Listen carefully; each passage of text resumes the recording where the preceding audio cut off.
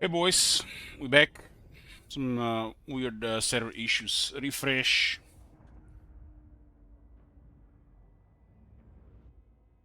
I was talking about Morgur. Has 85 base missile resistance and 45 spell resistance. I mean, spell resistance is fine, but has 85 missile resistance, but it still has Shadow Hide here.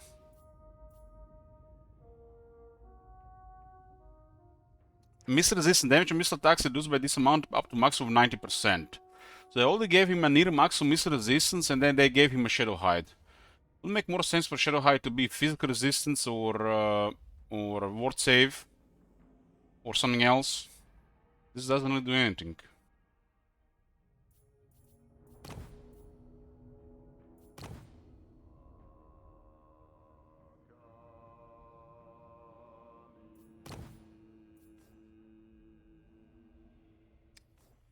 Yeah.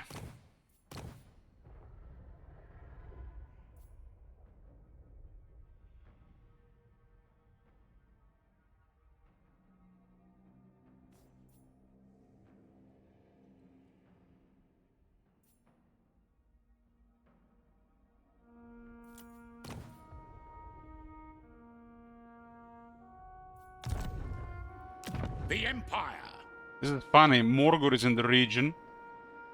He has a lot of chaos corruption, and look at the corruption. 0. It's not even increasing. This is literally supposed to be walking corruption. Literally, you don't get rid of him, everything just get corrupted around him. Nothing happening. 0.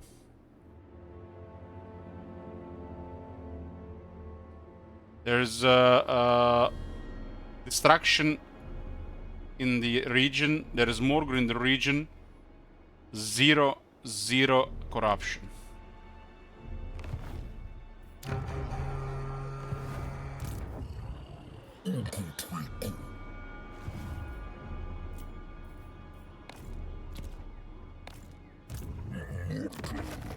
Plus 5 corruption, and his weapon is another 5 corruption. And it doesn't do anything. The nation calls. And even if it was doing something, it wouldn't be doing anything. Because just the copy pasta of Warriors of Chaos and Demons of Chaos corruption, which doesn't do almost anything for the Beastman.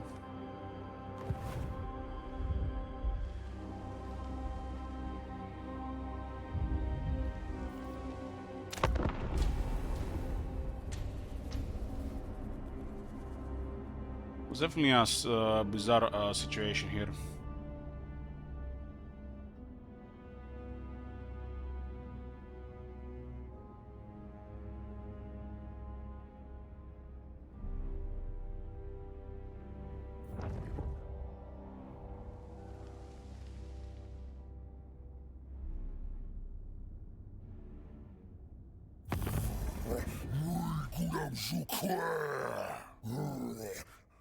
So, Saint Isaac, what was that list? What was the pasta bin of this campaign? I can't really find it.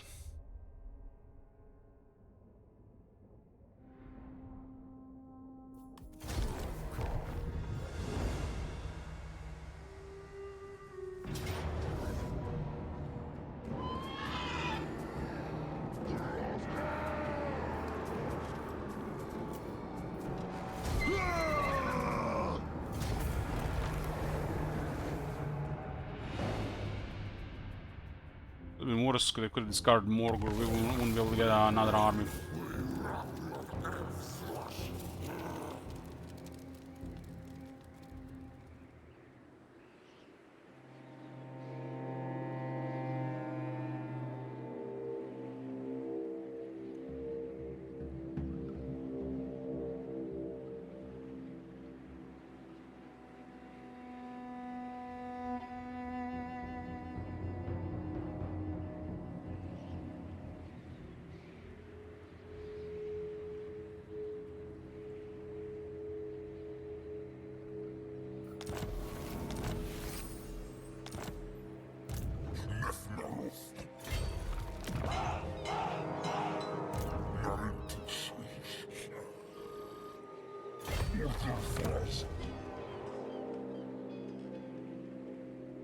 So even if you do the spoiler rating is supposed to be super corruption, it still takes so many turns to do anything with corruption here.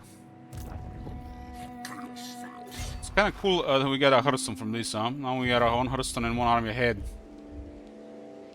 We're basically on 13 playing double faction at this point.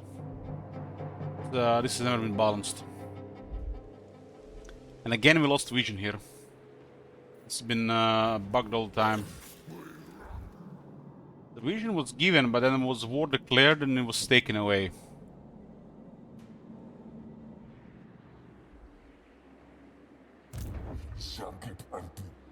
So we did take a turn of attrition now. So it's happens after replenishment.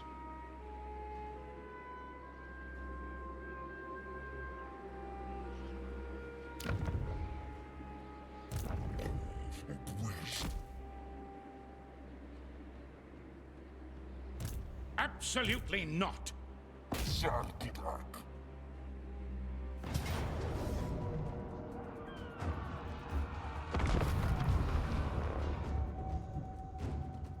Was that the Twitch disconnect or was that my internet? Let's see. That was Twitch issues.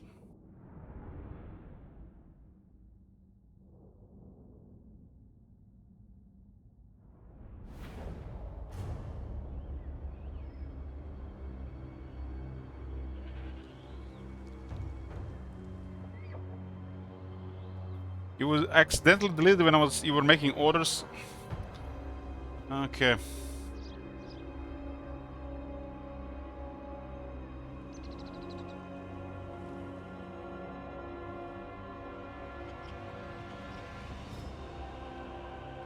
Might have it somewhere. Oh, I have it. Oh, good thing Windows 11 Notepad is way superior than the old notepads.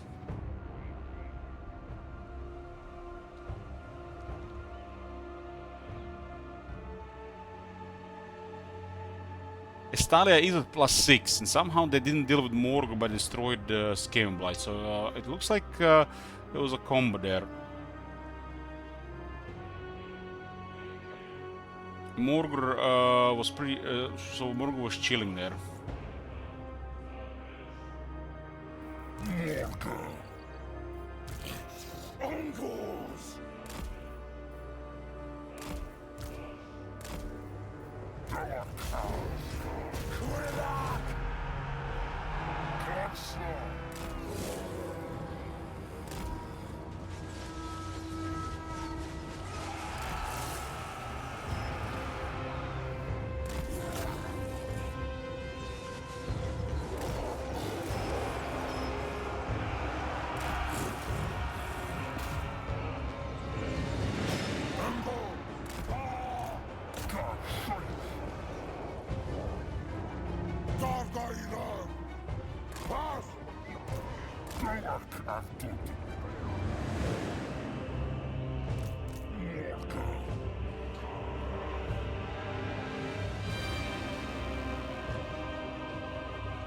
Let me get this straight. Ungor Herd has the same damage as Zangor's?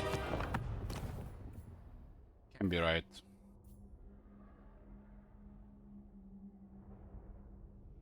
It's 27, so just a bug. There's no green bar over it.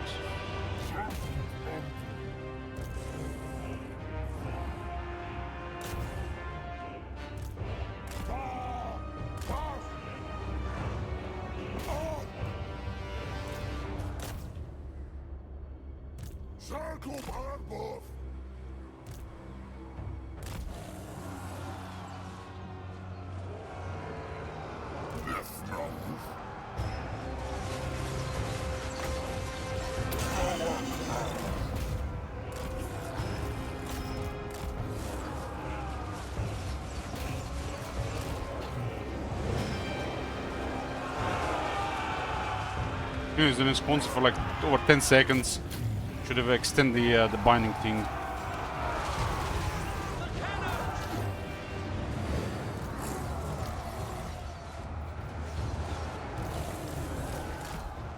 Cloven ones.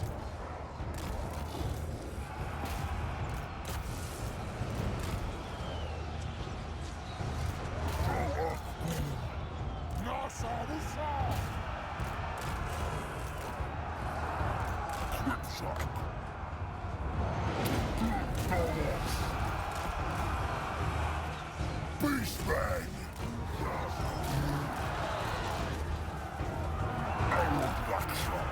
The guard to the madman! Death to the enemy!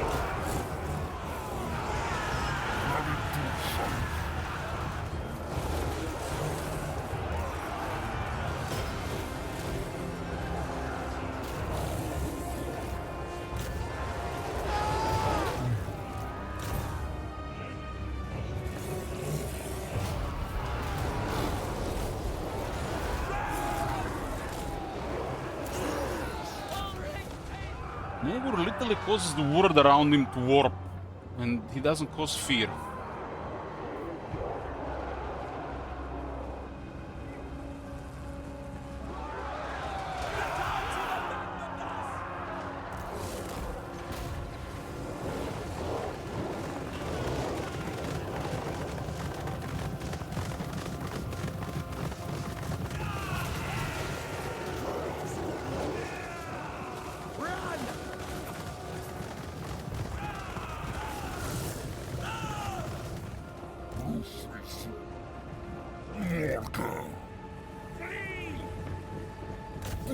I mean, these guys have eyes back at home.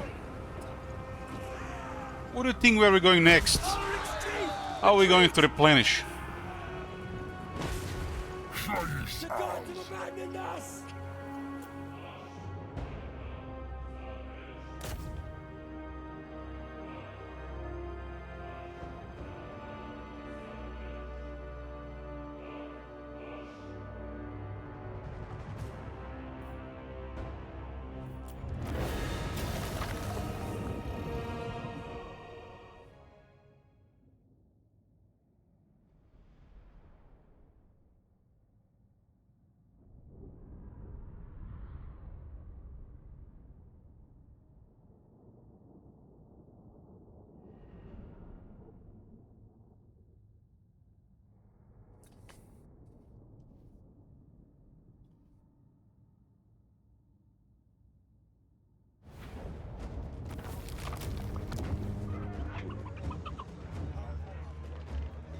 Kinda in a bad corner spot here, huh?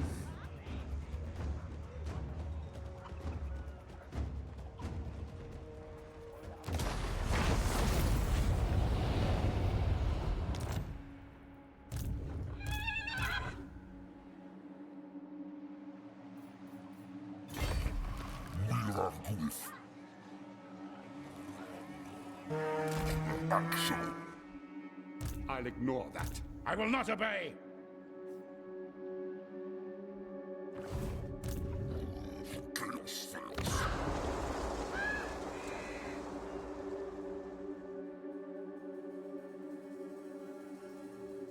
Really gotta rework the Chaos Corruption for the Beastman, it's almost pointless.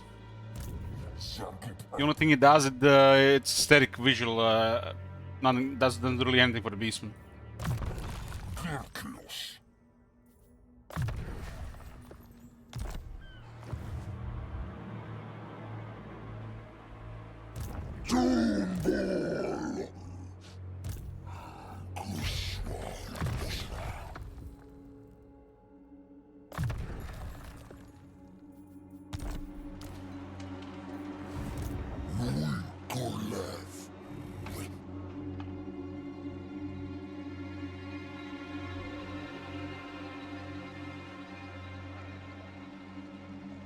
I can't.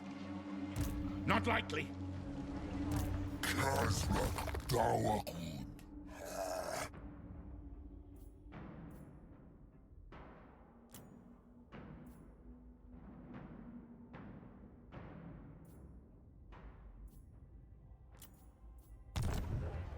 Wispen is also one of those factions that have a small rampage buff somewhere. Probably one skill and one technology.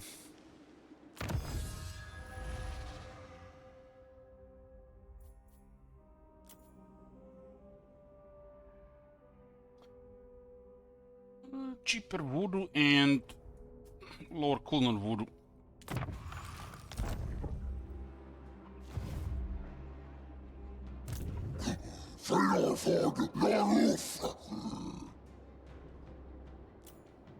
Unworkable.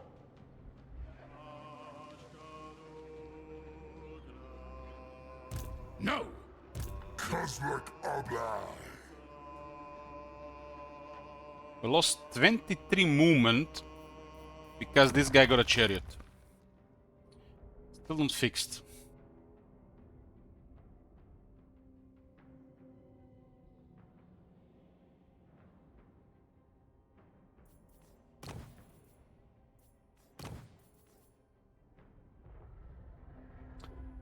Kiesel says I was playing a Boris campaign and it felt like I was playing with your potential mods. By the time you reached Kislev, it was all Reds and Vikings.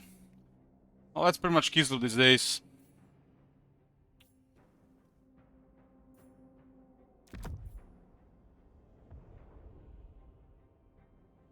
%20 lower mise cost.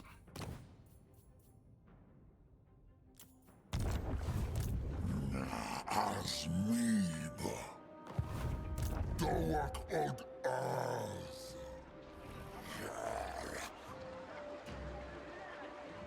Shagud.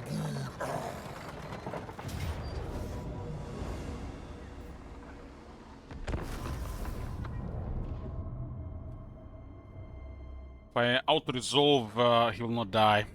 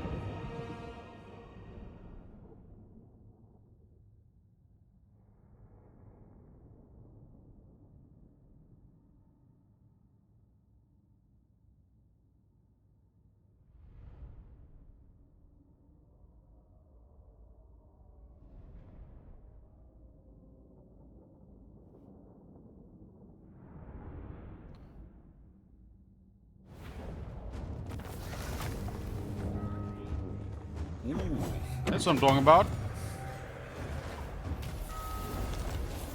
That's what I'm talking about.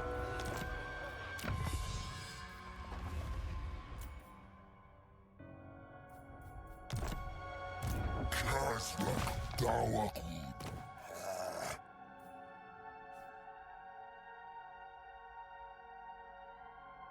Kozlek Oblai.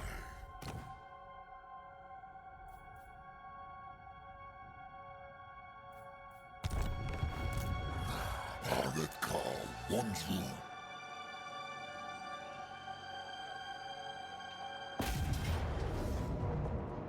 What do you look at handgunners? Must have a handgunner building in the area.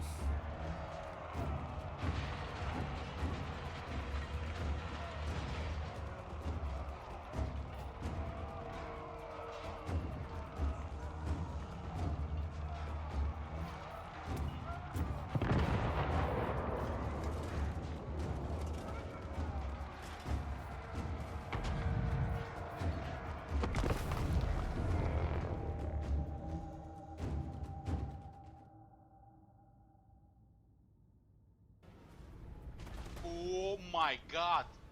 Have you seen that shit? Holy shit! What the hell?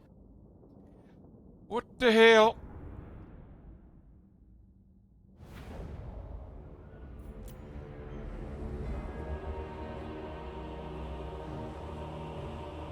was hoping for a Silent Bell.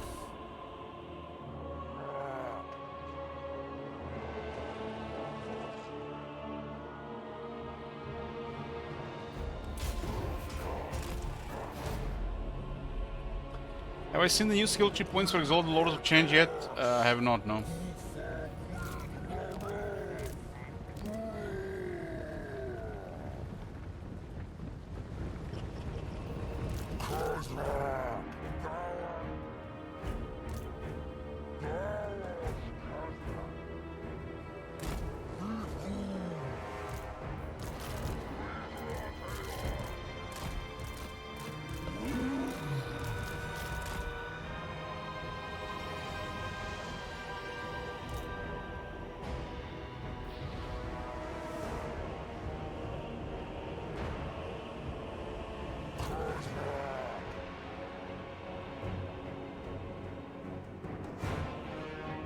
So Morgan 75 missile resistance, that still gives him to 85.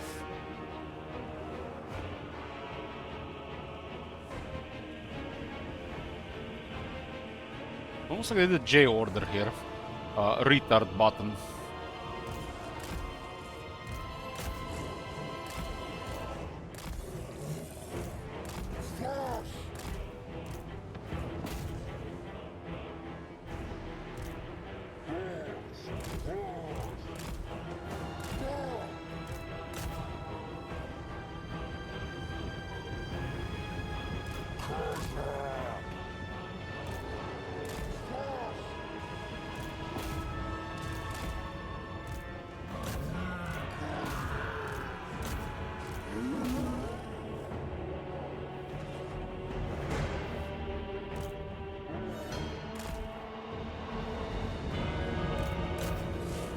Pistoliers getting away from Warhounds, they're faster.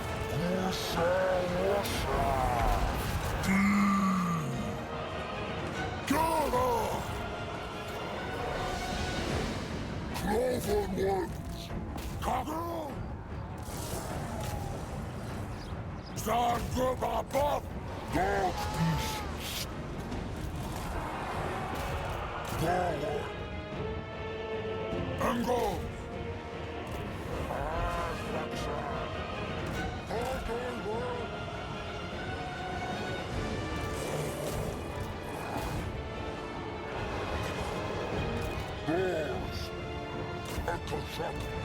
Fast! Fast! Brah! Fast war! One miner got killed at nearly half the health gone.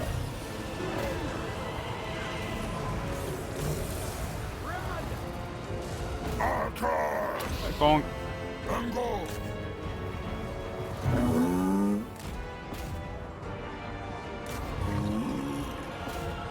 The gods have abandoned us!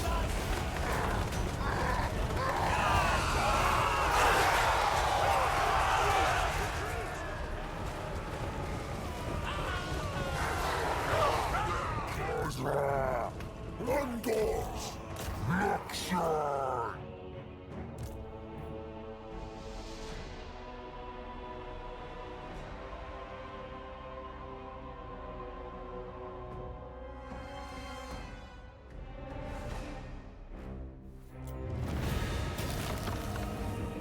We didn't have to kill him, he was already dead, but for fun.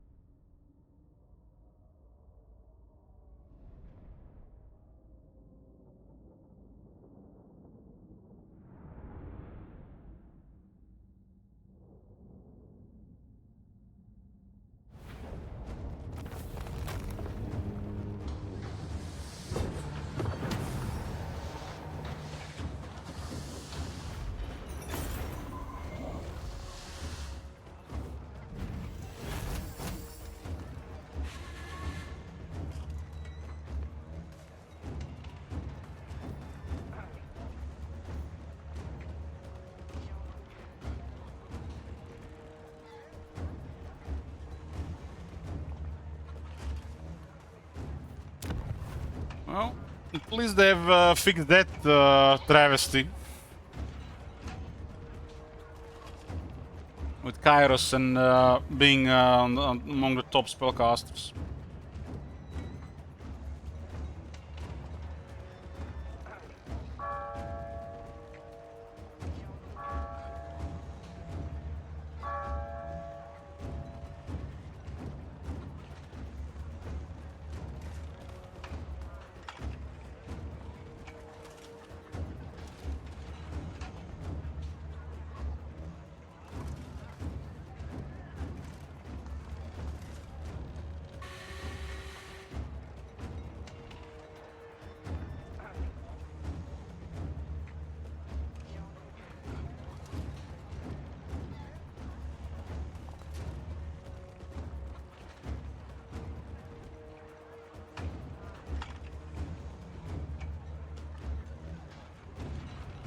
I wonder if they added anywhere else some intensity, spell intensity. So the game still needs it all over the place.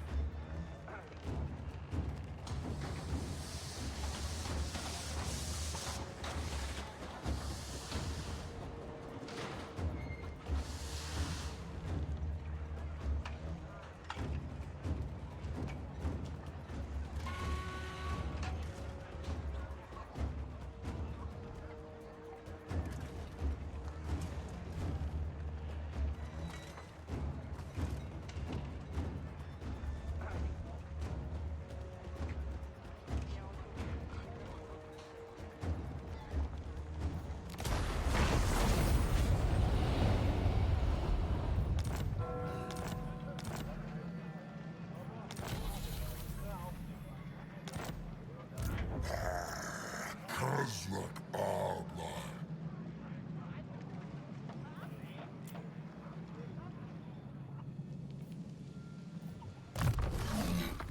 Need one more point for Feral Furrow to get better vigor management. Kazrak skills are pretty good, full of flavor as well.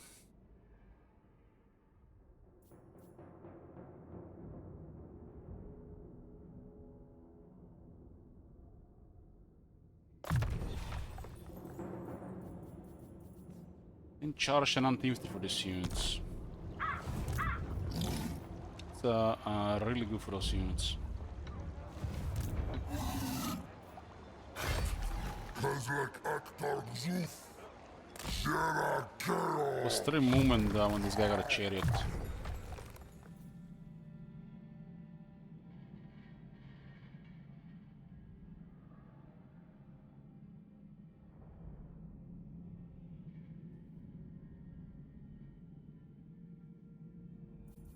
I'm gonna get me something to drink, boys, in a bit. We're here, boys, we're here. Asmeeb.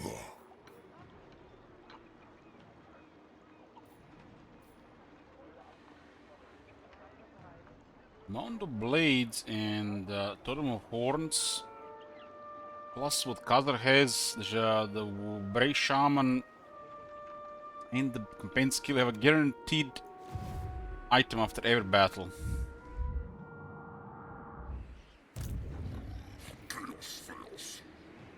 Morgul is in a rough spot here for sure. So he doesn't get discovered. Our armies are currently over the top, huh? There are 2.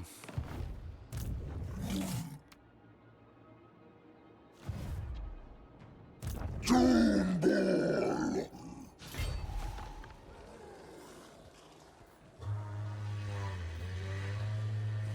Sword. Laruda. Fagurata.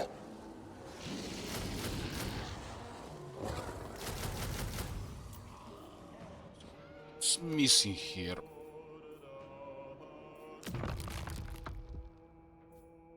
Elskar Ungur Raider. This guy probably gonna stay close. Give that to Morgul.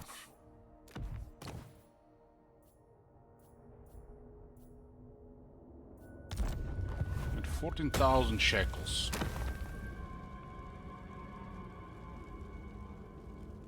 Banner One Holy Exaltation is very good for the chariot.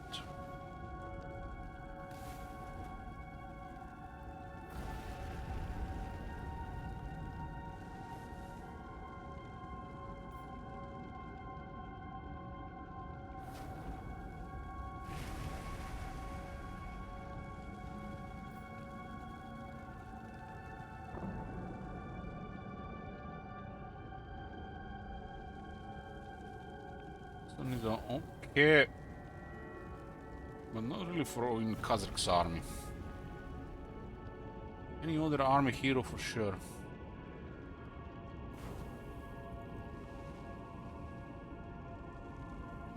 I'm gonna use one more of these. Sula Kastur. Gulefas. That's how Bennett should look like.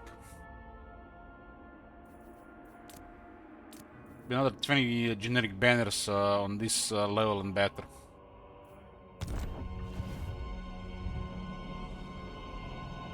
In the game. Left ass.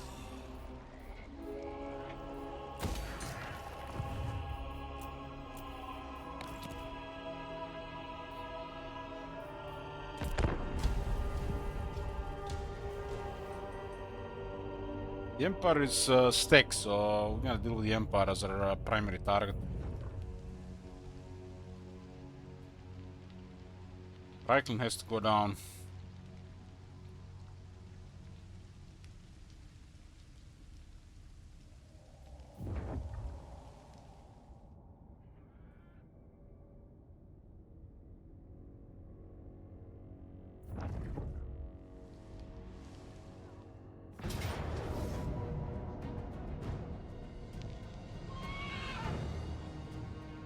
Morgul has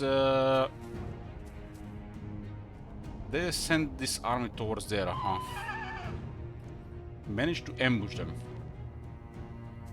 Sweet.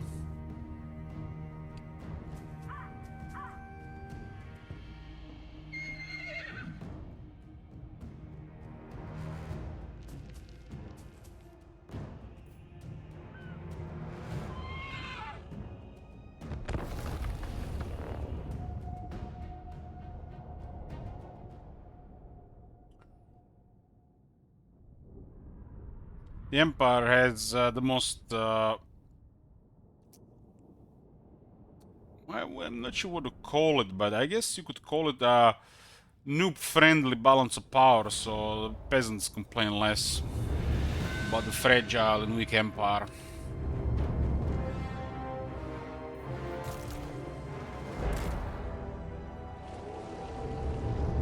The bizarre thing is they have that balance of power, but they don't even have the basic armor technology, which is one of the best technologies in the game. And it's the second technology you can acquire. Dargaira! Angles! Chaos Girth! Cartel!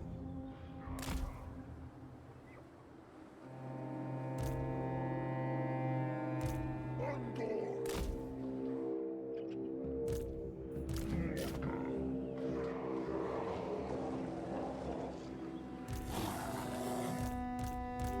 Chaos!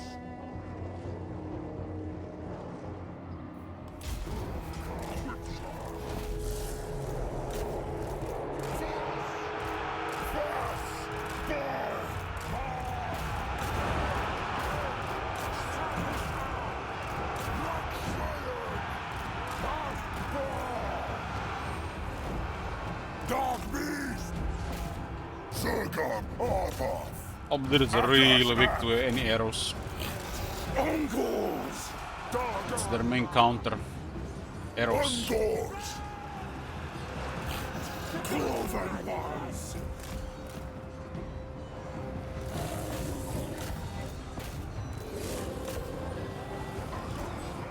Dark House!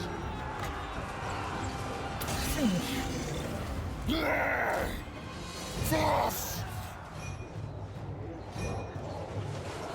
Ungors! Mortar! Dark!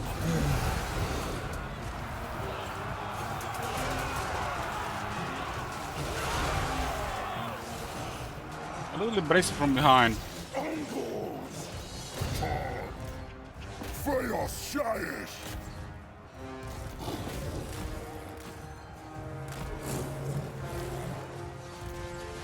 Dark Beasts! Death to the enemy!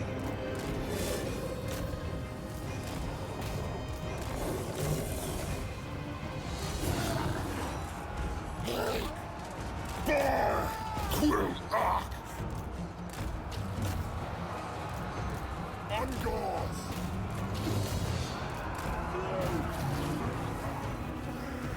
No!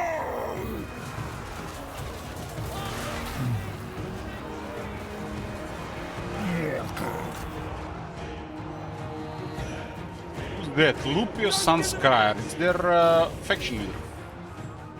Ango! Akam Shahi!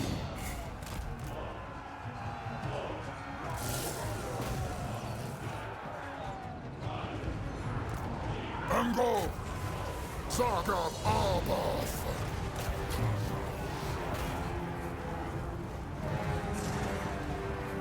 We're taking mega damage shield, they had the armor technology. Ango! Dawak Ass!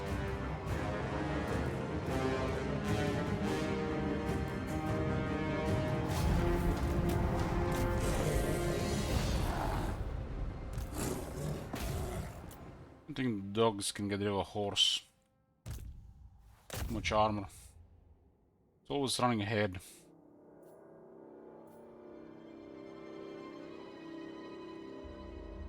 We don't kill the Lord, we don't get majority of the battle loot here.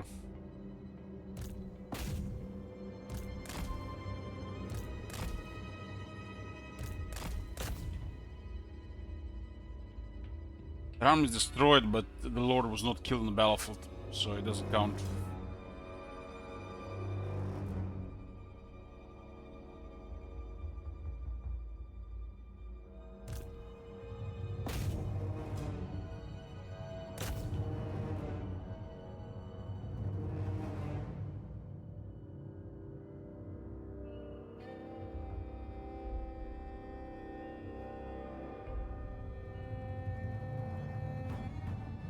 I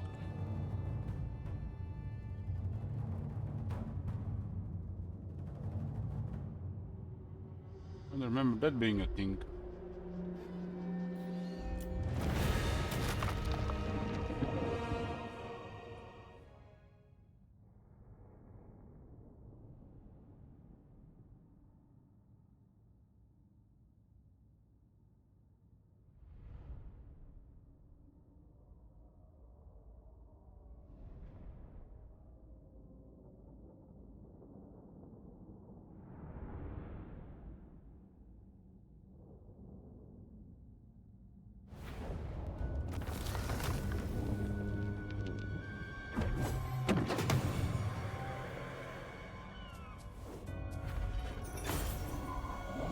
The main army is down. Might be able to clear everything else now.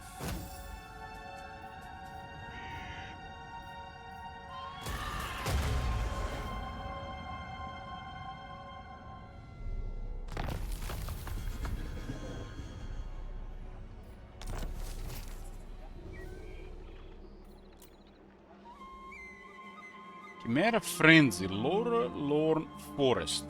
A pride of monstrous chimerae has flown down from the mountain reaches or displaced by some other foul threat. They are causing havoc amongst the populace. Oh no. It will be some time before they can be removed. Unheavy populace. Control -4. Anyways.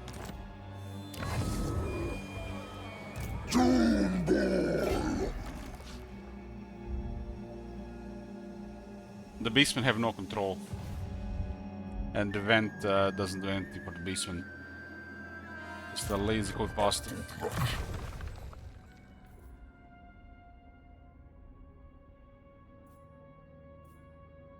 Lazy code pasta.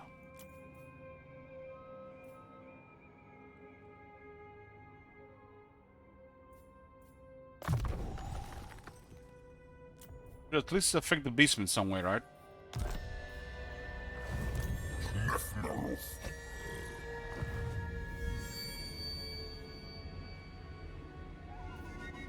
Unachievable.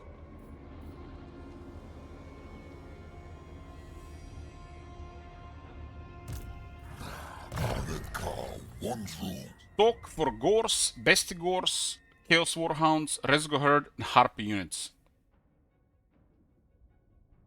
in Kazark's army. That is wild, wild. Strider on the entire army. Very nice.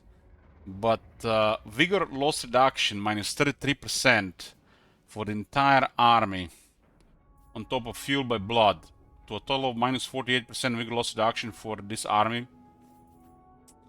That is really, really strong. Makes our units pretty much always better than the enemy in melee. Unless there is a massive gap in quality.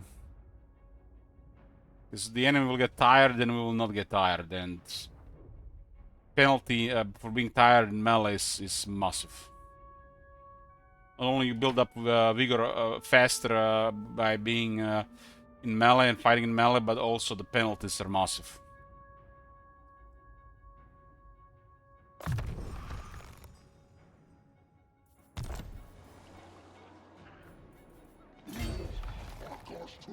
I really like Bestigor with stock. Vanguard and stock, that's something else.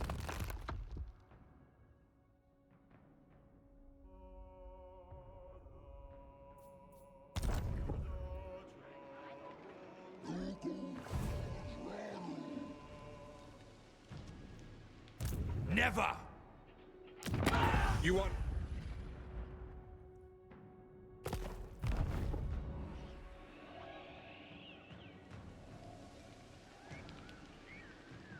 Impossible. Asmeeb. Zorhets. Thasius Ark. Never say never!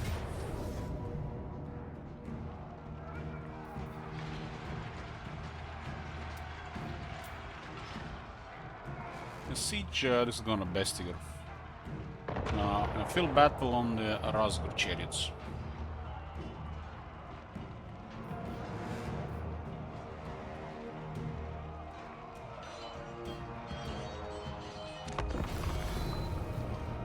Aldorf attack is just too good to ignore.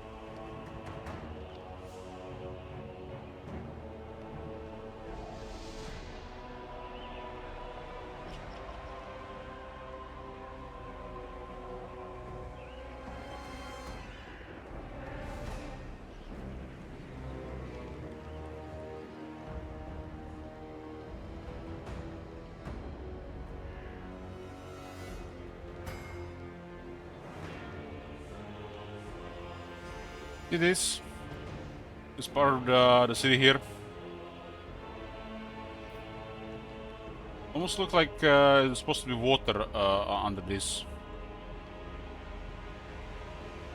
It's supposed to be built over a river, right?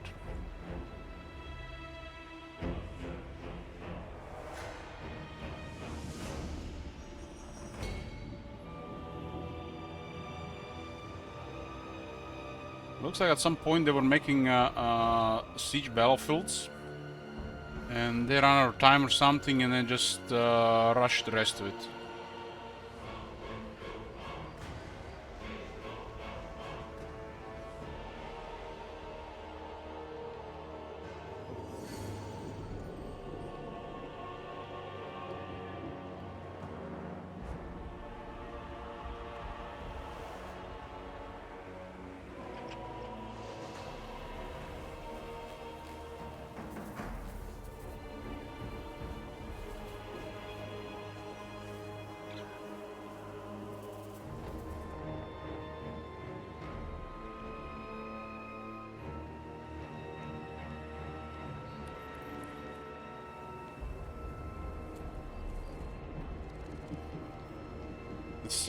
This part of the city looks like really half-assed.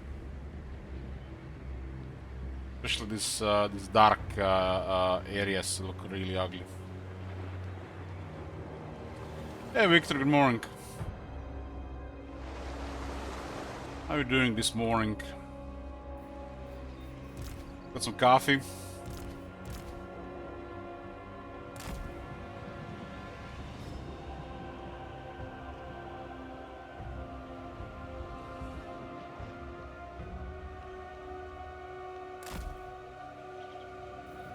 My morning was shit. Same like yesterday. Shit and just shit another day.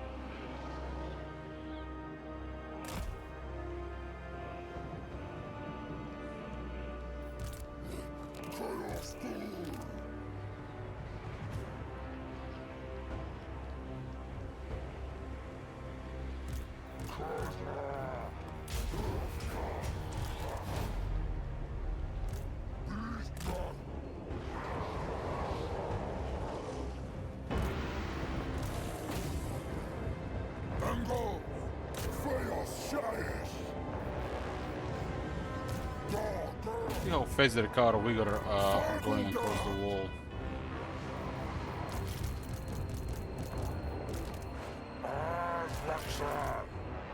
Honestly, if this was any other campaign in the queue, right down the beast and wouldn't even come online.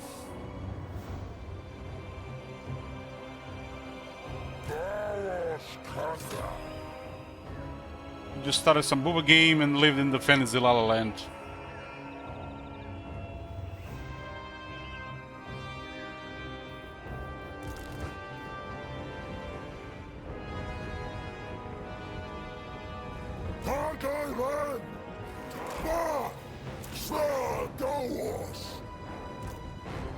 When the units are climbing the wall, they build up a lot of vigor. Building up vigor meaning they're getting tired.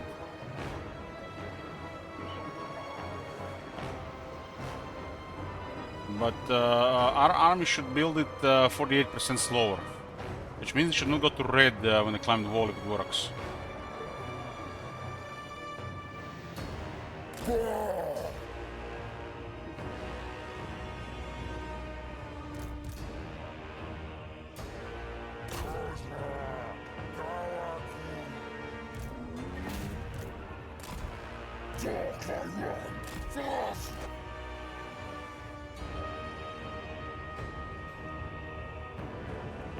When is Factorio?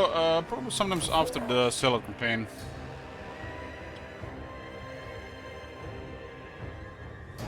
Gonna be a blind first look and we'll see how it goes. We'll have up on the Agnes suggestion. If it's any good, we might see more of it than usual.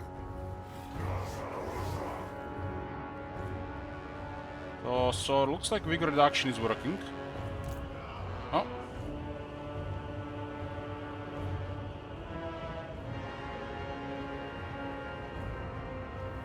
Very tired. It still doesn't mean they lost a lot of vigor.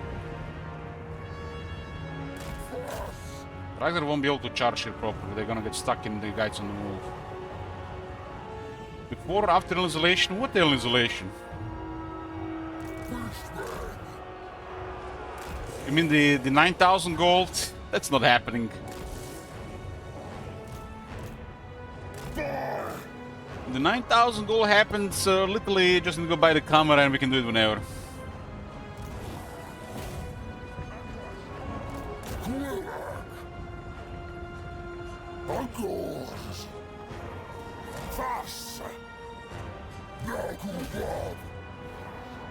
Razgr has very poor anti-armor.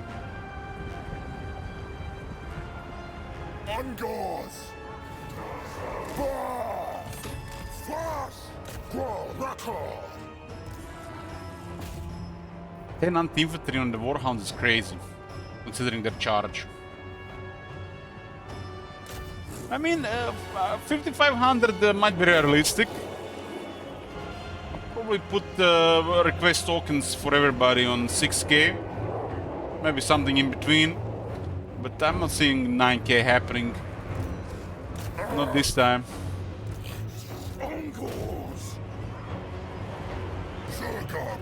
And again, I didn't see Matt adding another 4 campaigns. So never say never.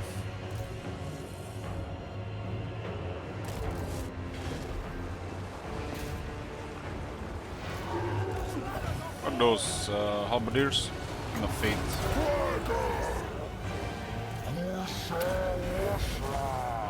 Yes, we're gonna go poof.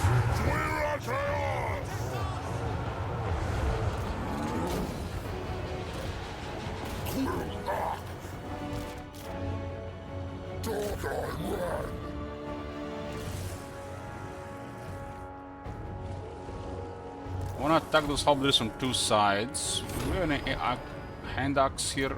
Converse?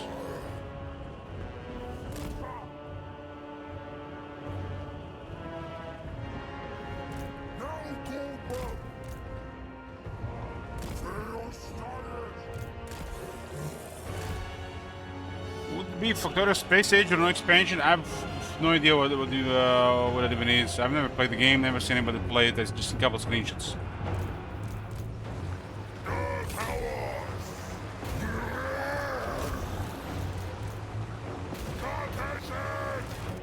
Terror against the Emperor works.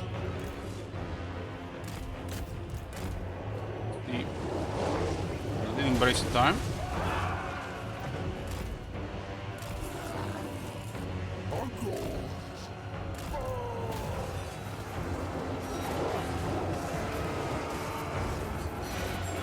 Anti-infantry warhounds are pretty crazy. No armor technology, it's too early. If they focus, they could have had it by now. Dahara Chaos! Latroi! Kozra! Zurgon Morgon! Vader Fash!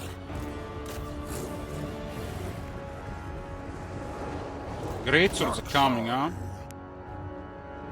Chaos good! Bah! Bah!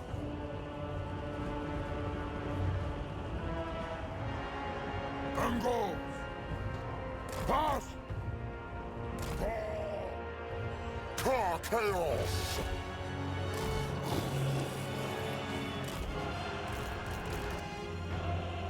Who's your Factorio mentor? How do you enjoy it fully? What's up with these questions, man? I have no idea what you're talking about.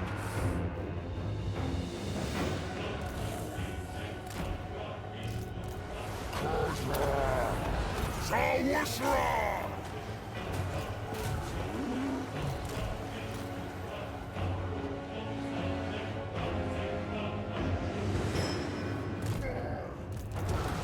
Barakarbon!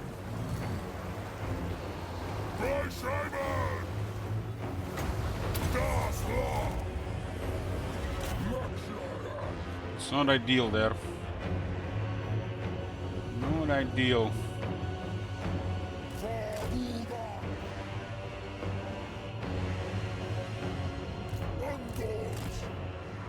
I can't say Lord Towers.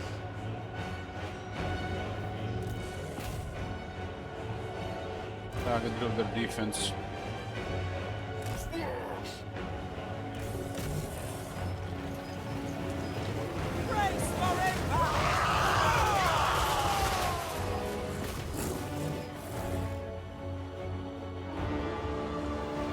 Brycehaven!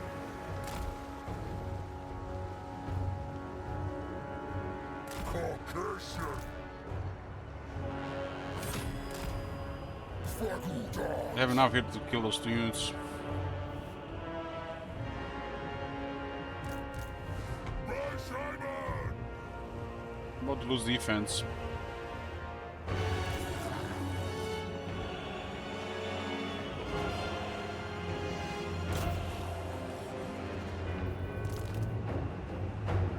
You can see how our unit is just getting fresh here. Other unit is getting tired.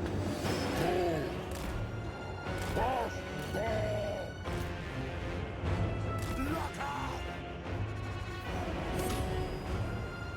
So we're getting an edge as they're losing vigor and we're gaining vigor. Chaosburg!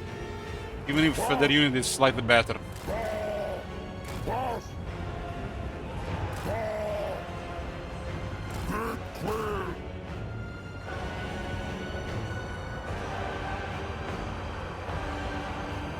Yasha Mushra! Ball!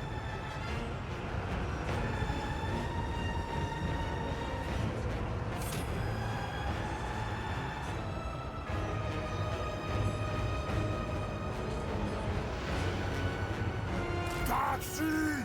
Bundles! Pass! Flash! Zangubabok! Lakshaya! Fast! Ball!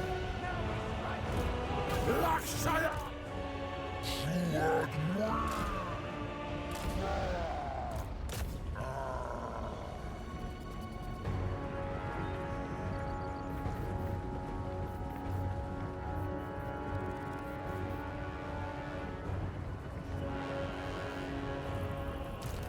Car Chaos! Sayishak! Gula! Angle! Force! Oh, take over half the kills in this unit. Dargainer!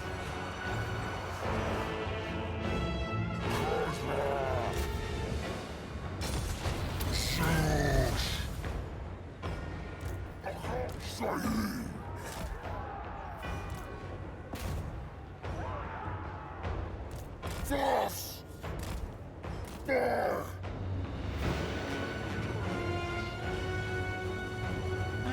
Just gonna treat it like any other game, Weezer.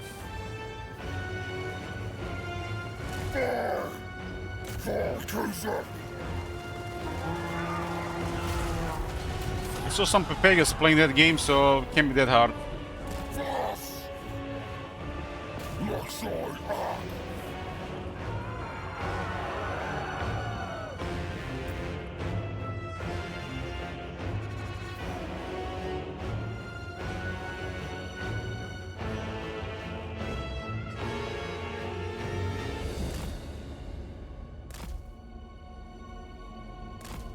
The way it's not hard, it's a work of art, so you're telling me there's a potential to trigger people playing that game. Really? That's what I'm getting.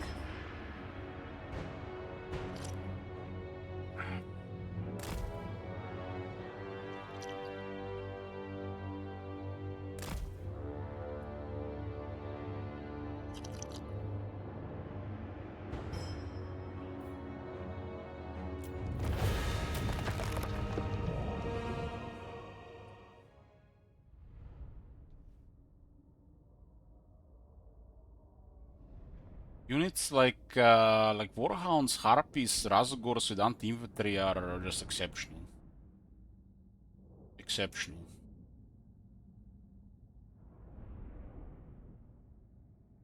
The Greatswords are slightly better than the Bestigors in a one-to-one fight, but our units started winning the moment they lost Vigor. The other unit were taking way too much damage finishing them off.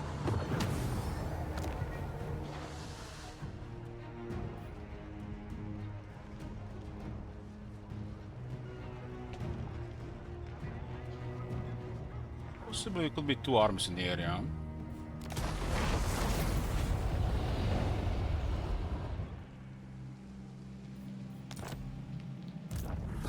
Target car 1 through.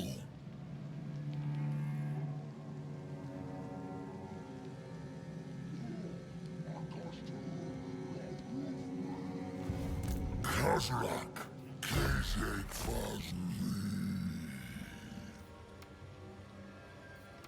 Can get some upgrades in the army. Full moon in 2 turns. Okay, get rid of the useless stuff. Don't need this anymore.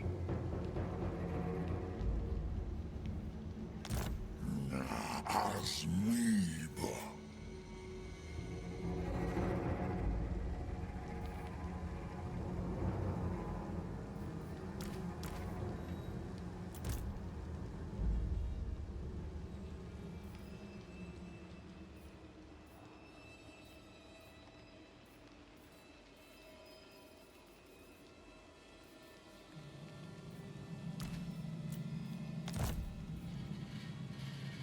Hopefully they don't get scoured.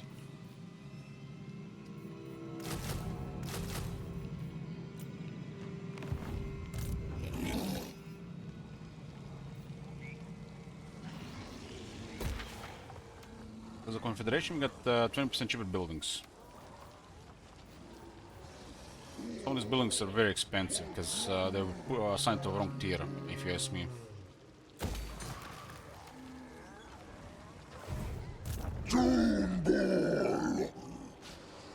Look at this guy marching next to the settlement. Absolute madman.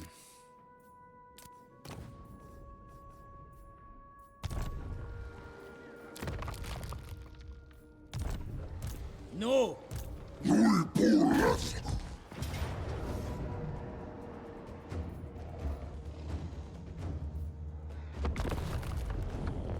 Over in Aldro, we could have taken a Hearthstone and then get attacked by 2 armies.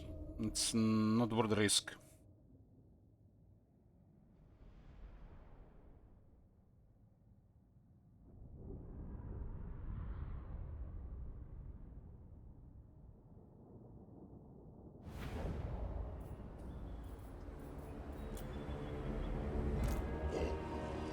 Unto Sires! I like the unit card of this guy. It's pretty good. Looks like somebody put effort. Why can't we have such detail and quality on most unit cards? I still haven't fixed the couple of Skaven unit cards, especially the Chieftain, if I'm mistaken. Or was it Beckmaster? One of those have still a messed up unit card. Sergab Arbath!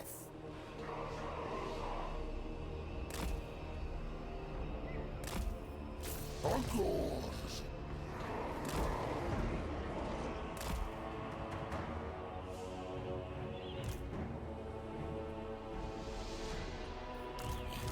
Cloven ones! Lately it feels, Saint Isaac, either you're very active or you're in this channel more than me and Markonos. And I haven't seen anybody more in my channel than Markonos. Uncles! Sla Akastor! Dordalos! Sarzar Moors! Dargur! Ak! Akash Ak! Uncles! I'll not respond with the spears, they don't see those warhounds for a second. Ak Wunzu! Dark beasts!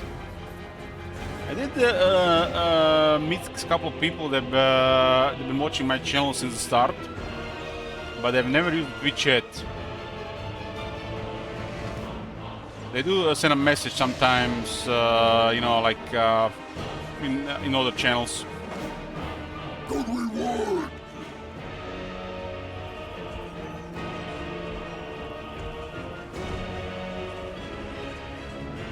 Cartel! Angle! Ak!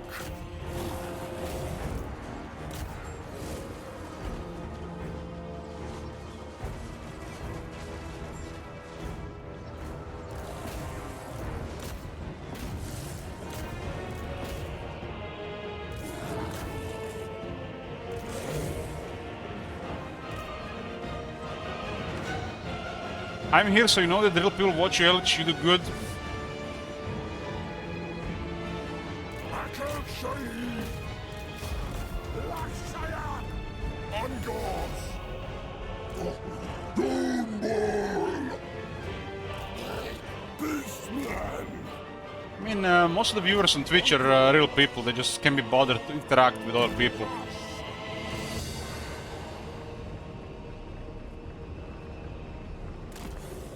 And from time to time I check who's in the chat, and you can see, click on their names. Dark beast!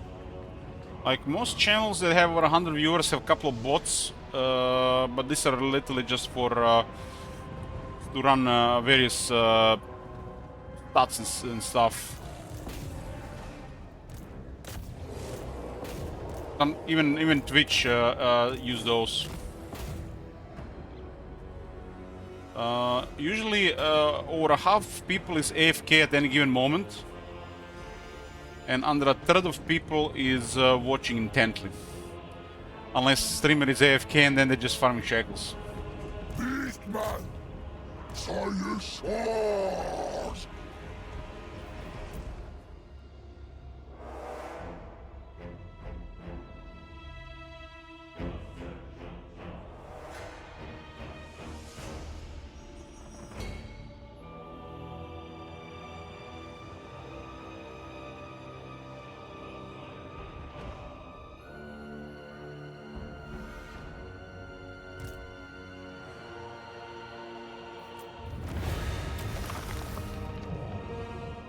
Like from time to time I see people in the chat that I haven't, people you know on the stream that I haven't seen use the chat in a long time.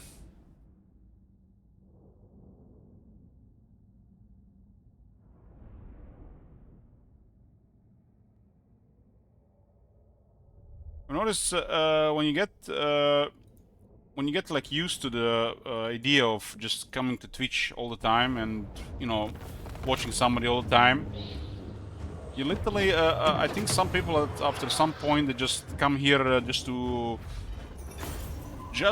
hear to the same tone of voice, and they completely tune out what is going on. They don't know what's going on in the game. They don't even know what I'm talking about. They don't even track what I'm talking about. They're just here for the tone. Unless, you know, tone changes, they're just literally meditating.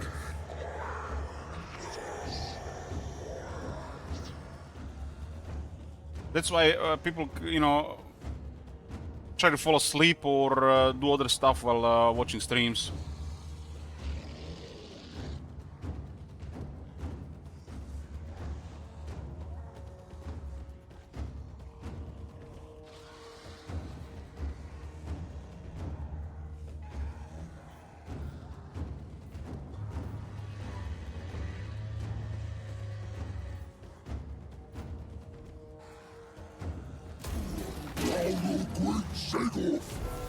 These are Frenzy Doombull.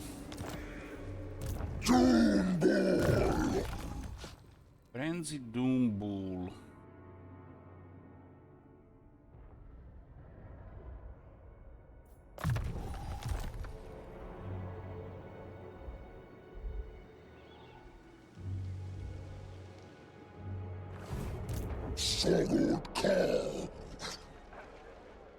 I've been listening and watching ASMR for years now, and I've become so insensitive to it, but it's still relaxing.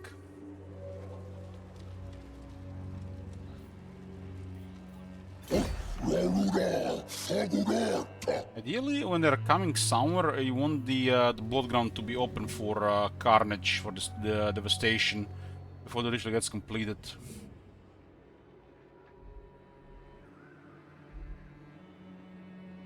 Absolutely not.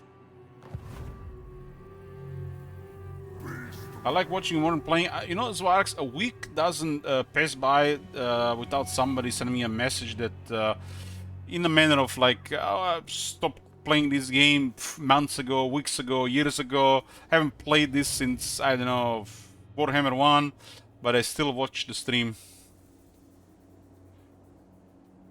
It was like the dark times of Warhammer 2 during Vampire Coast.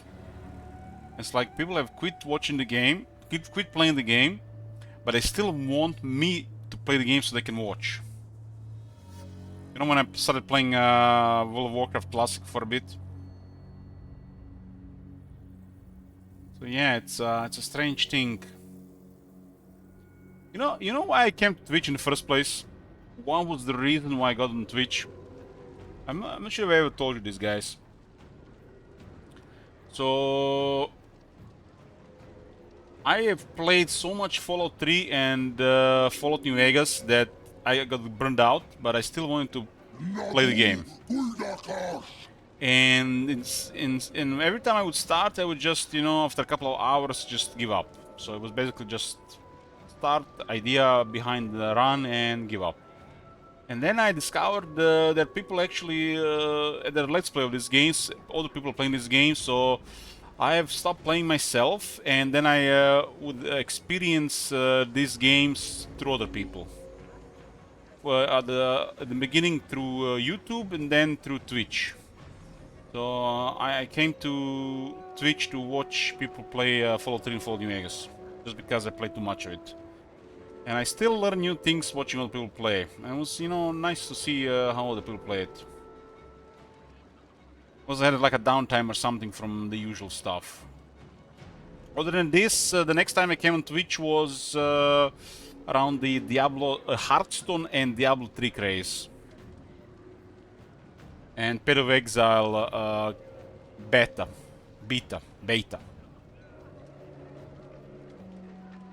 And, you know, after a while it literally became a normal thing to be on Twitch almost every day. And that was when I learned around 2013, I figured out that this is what I want to do. This is what I want to do. The moment I upgrade my internet, I'm going to start streaming. A couple years later, I started streaming myself.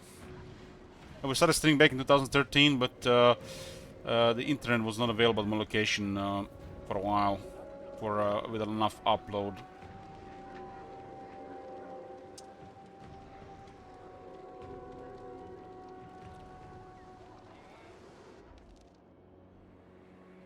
It's pretty chill, you know, especially if you have a downtime or you're doing an activity, productive activity, I don't know, as in job or something like that. And at the same time, you're allowed to watch a program like Twitch. That would be ideal. That would be ideal. It feels like the time would just fly in no time. So I was usually had one screen Twitch, one screen a game I was playing.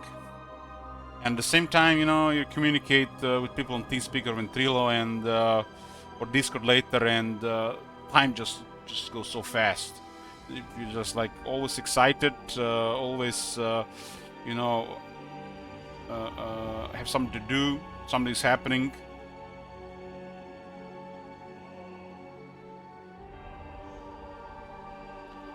You know, if I wasn't streaming, if I'm not going to stream anymore in the future, but probably I'm going to stream till I die. A job or an activity that you have to do for a living would be ideal. That would go alongside, you know, a program like Twitch. So you could do your job and watch and interact with Twitch at the same time. That's like the dream really setup.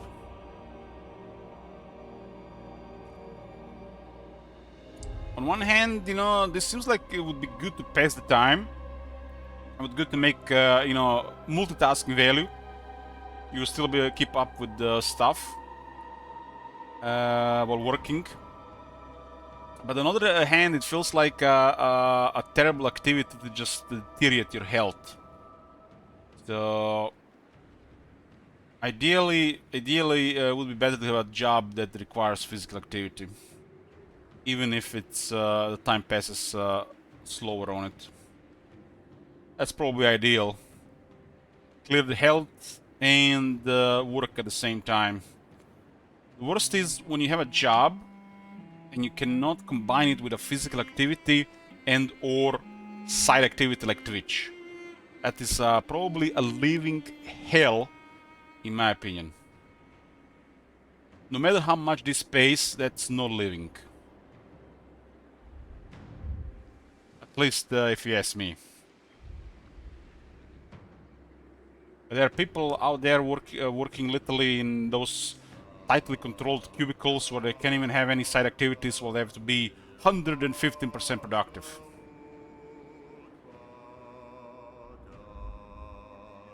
So if you ever, so ideally you want a job when you can do a combination of physical activity and have something going on the side where you can multitask at the same time. Just doing one thing, it feels like it would just drain the soul out of me.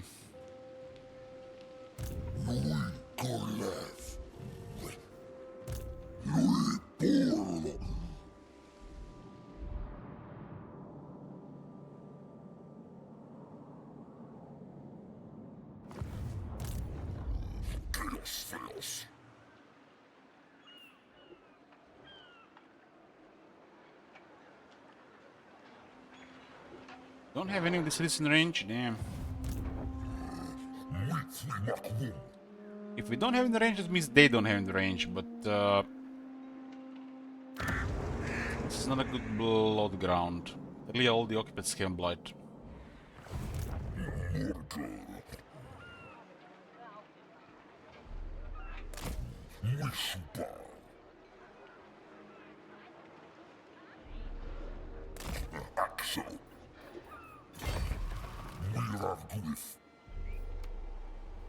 This army is currently a little bit unreliable for a big fight. Would be too sweaty, especially without a wizard. With no armor and no wizard. Khazar has both. But Morgur, in some situation, is more powerful than entire Khazar's army.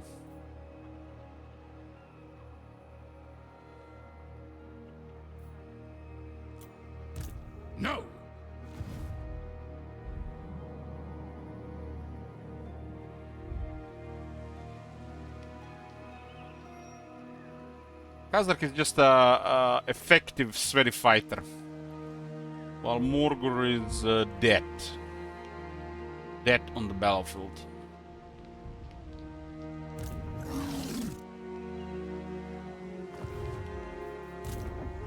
Perkins.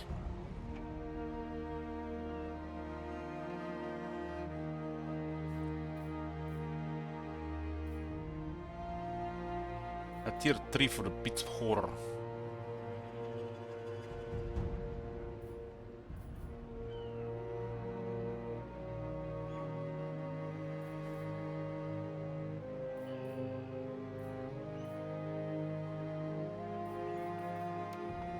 We're not in a really safe spot to invest such money there.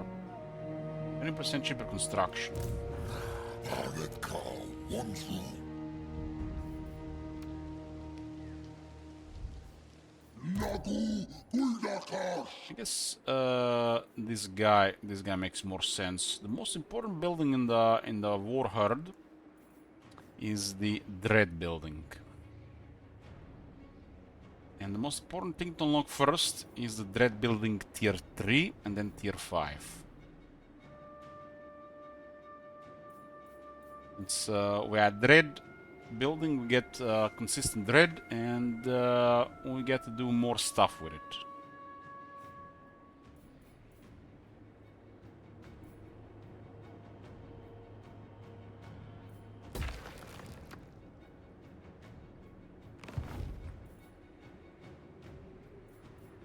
We are dark full moon in 2 turns.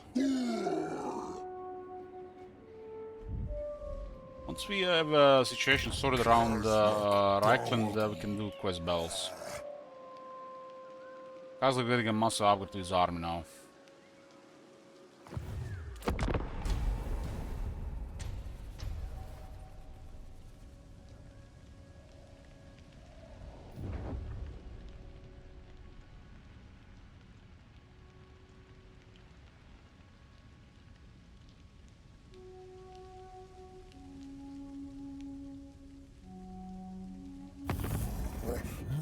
Gudam Zukwer.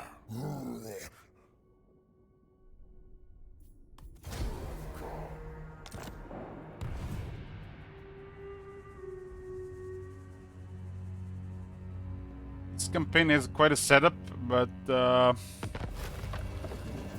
don't think it's going to be in top 5 at all. The competition for the 4th and the 5th spot is pretty brutal right now. But you never know.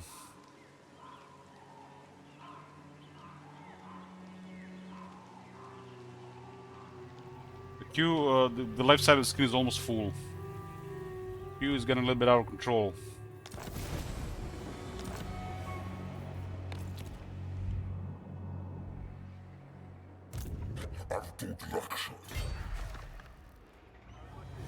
I will not obey. Garrison Margarita is nothing special, Not but it likely. still allows them to recruit staff. Great swords at this point.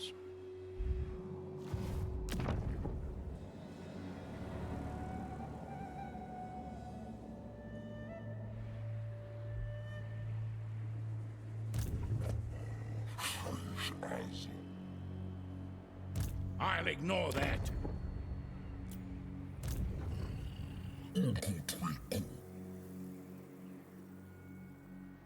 That looks like a bloody situation for sure.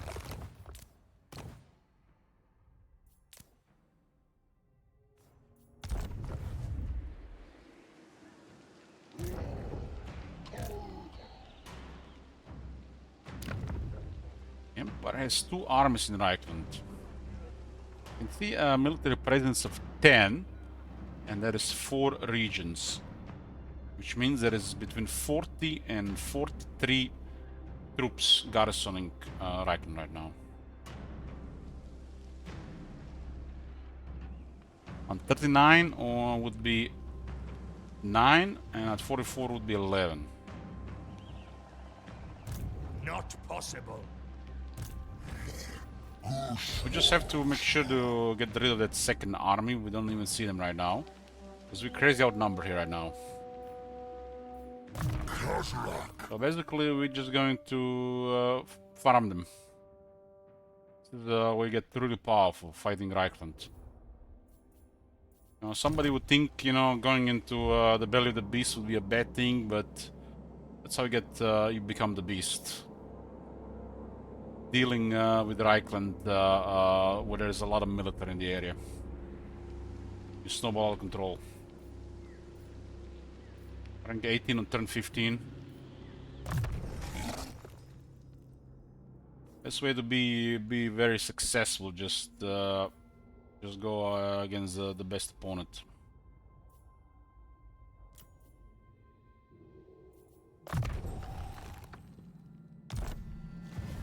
Never! And be effective. So it's probably best just target their military infrastructure and then target their armies, because we currently cannot. This one army is impossible to kill them faster than they're recruiting.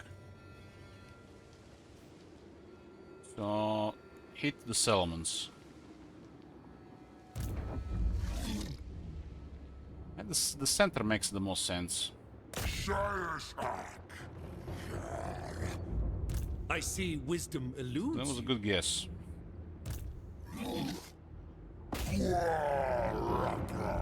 If the army wasn't there, this would have taken longer. Defense and missile resistance to cows.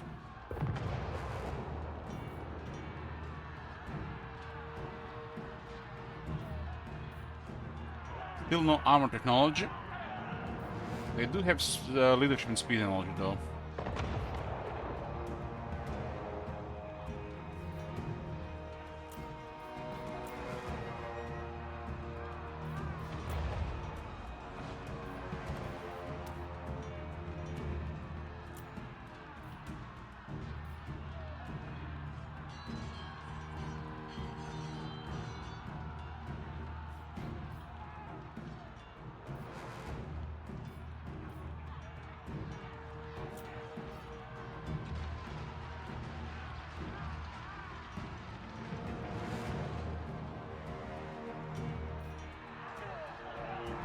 I'm just curious whether the damage buff is coming, and I just remembered that we do 10% more damage against civilization.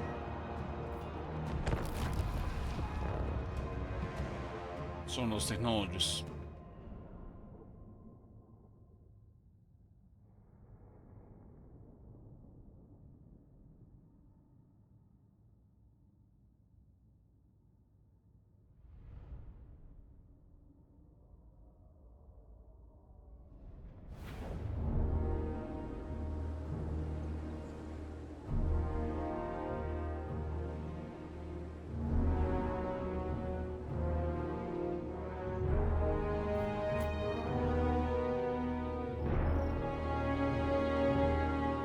So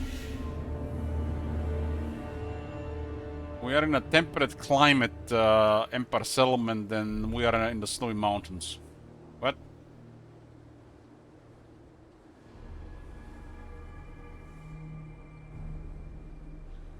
The right side looks really poor.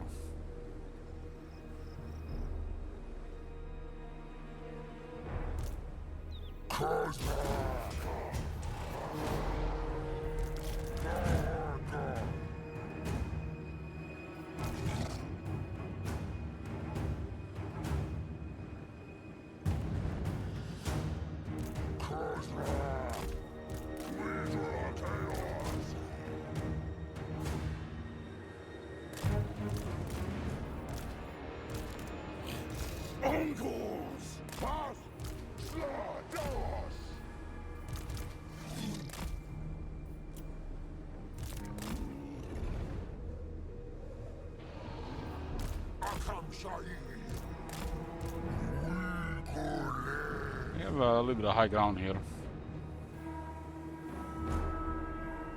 Dark beasts! Bah!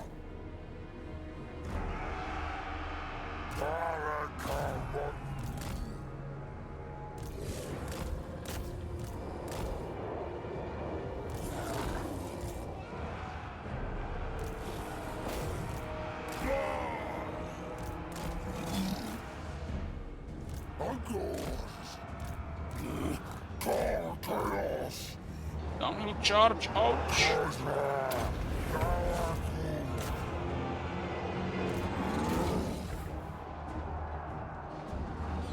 By Simon! Queer, Luxoi, Ack! Clover Woods! Thus, there's Luxoi! Ungoth! It will do pretty good against Razgors. Ungoth! Luxoi! Razgors will get the stats they need eventually to trample in the large shield troops.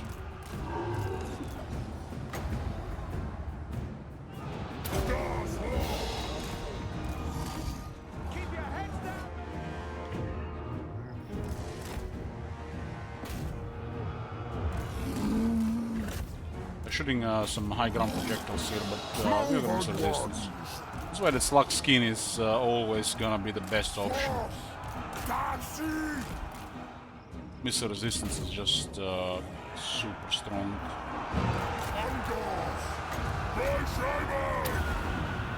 Full Blight is very good on the other beast and lower the enemy armor damage.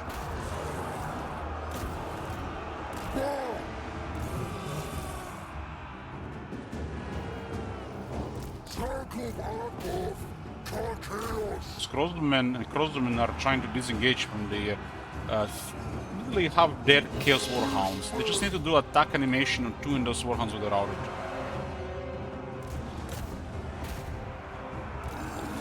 Considering the Warhounds are outnumbered and in poor health. Dog beast! Caucasian! Chaos Quagger! Fleetway Lunia!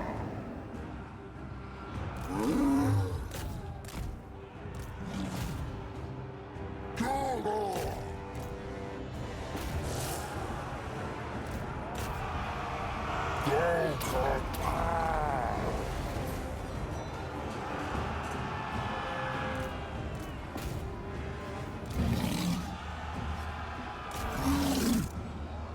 Nasho Musra!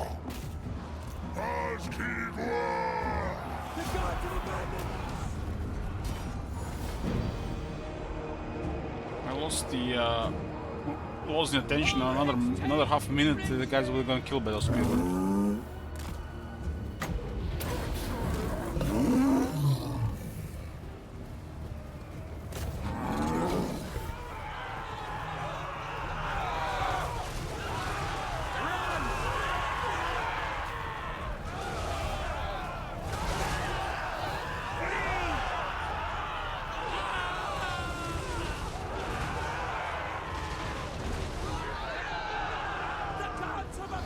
It looks like such a crazy buff, but it doesn't even double their performance from Queen.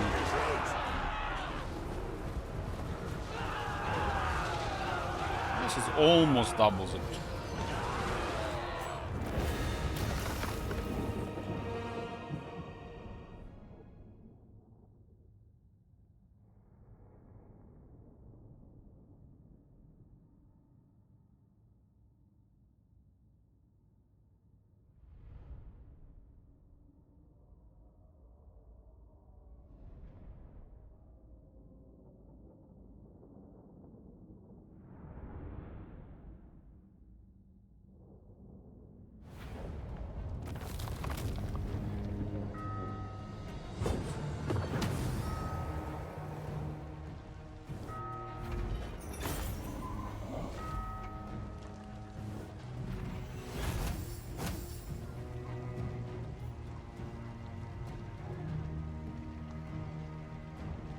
Because they killed over 200, just low effort there.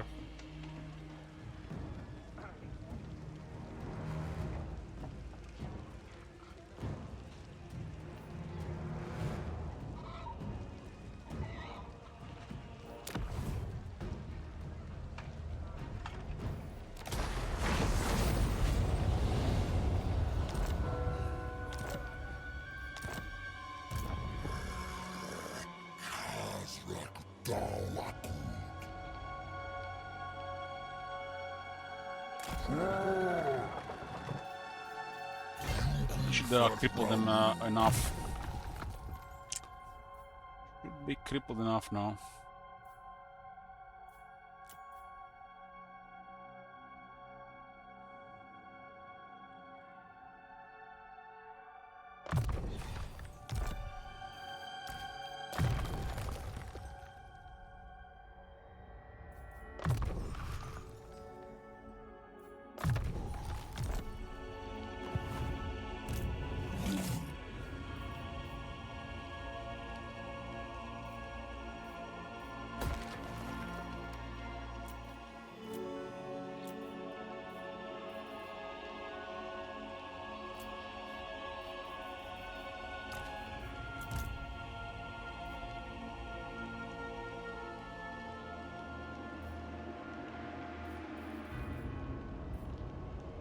Get free capacity 1 from each of these units, huh?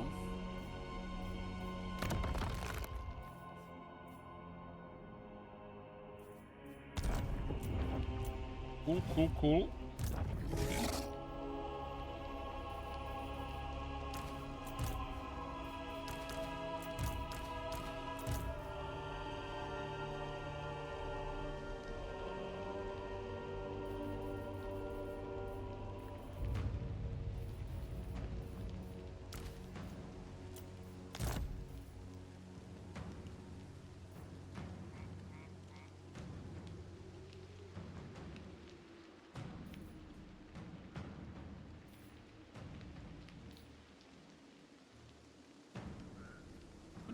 We actually got 2 from Religious Confederation.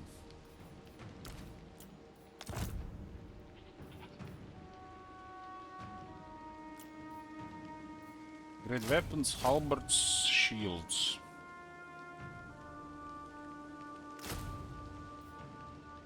Slangors are the only one that's not available yet.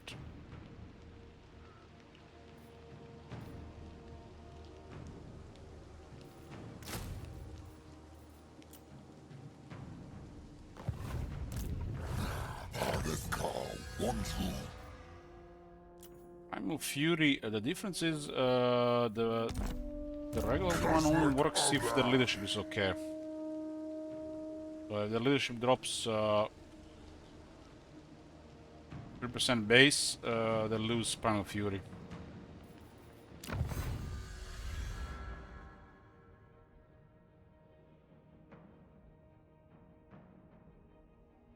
The only downside of this is if your units are in really poor shape, so get finished off, can get away, or they get terrified. It doesn't matter in either case. So they have slightly higher stats as well, not just that other factor.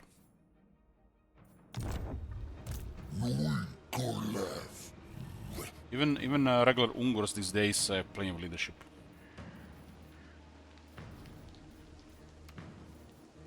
If their leadership was based under 40, then would be trouble. The leadership is still way too high overall for the effects to matter outside multiplayer. There's a very rare occasional battle where leadership does anything.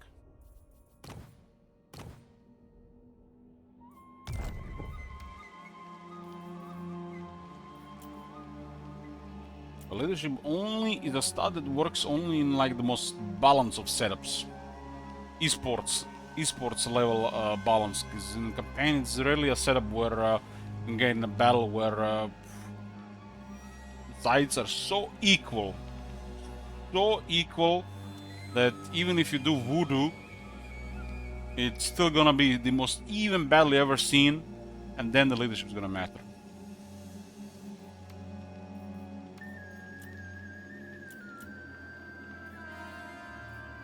That's why the leadership buffs suck in campaign, because even battles are super rare thing in single player, in campaign. On multiplayer it's another thing.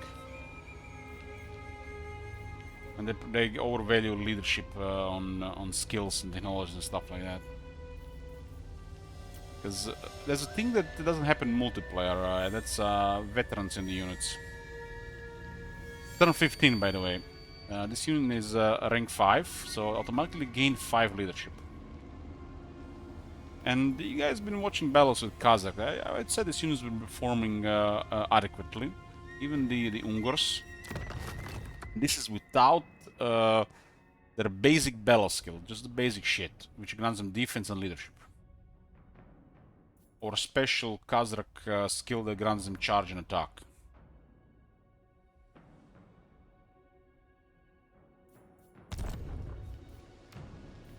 And not to mention is the technology grants them 4 leadership and 3 attack on the basic Ungurs.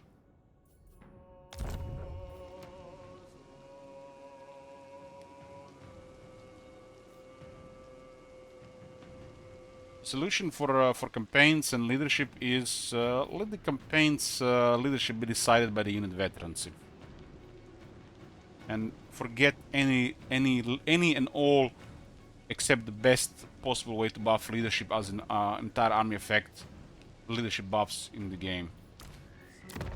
An example is this, like the entire army gets leadership when attacking, or when defending, or discipline or confident. Those are okay leadership buffs, but specific unit leadership buffs and stuff, just keep that away from the campaign.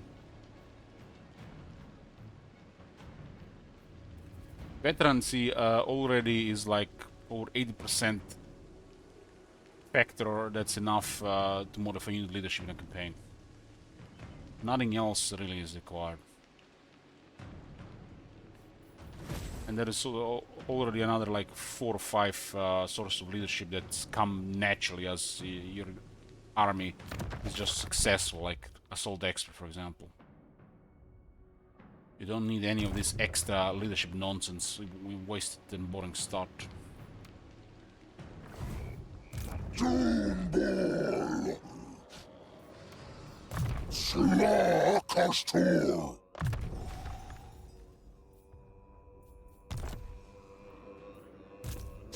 Hakas Barmu!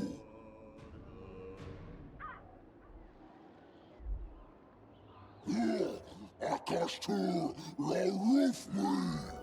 Etosmi! Laruda Fagurata! Well, yeah, it's like it's a rare case where it's even that it matters, Matt. And the entire game should not focus something that only works when it's even.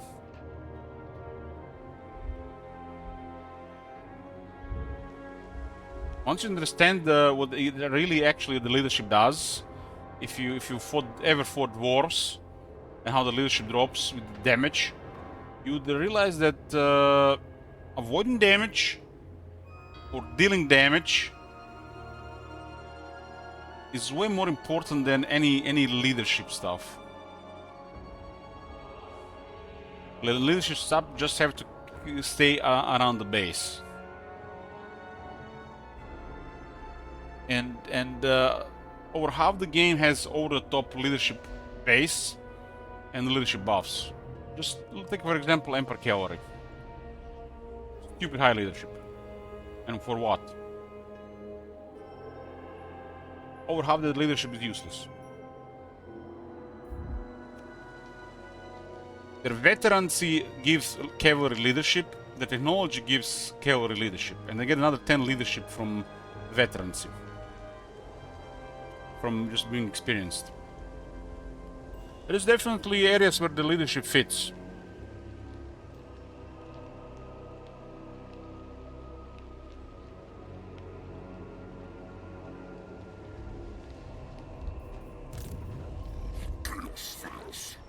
Situation where you're outnumbered, you know, you can also look at it that you just got outplayed on the campaign map or you made a mistake.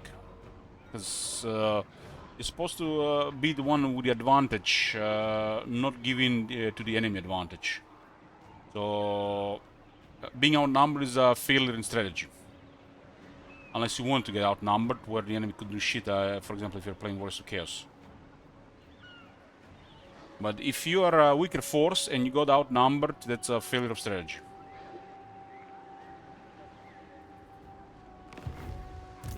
Autodidaction.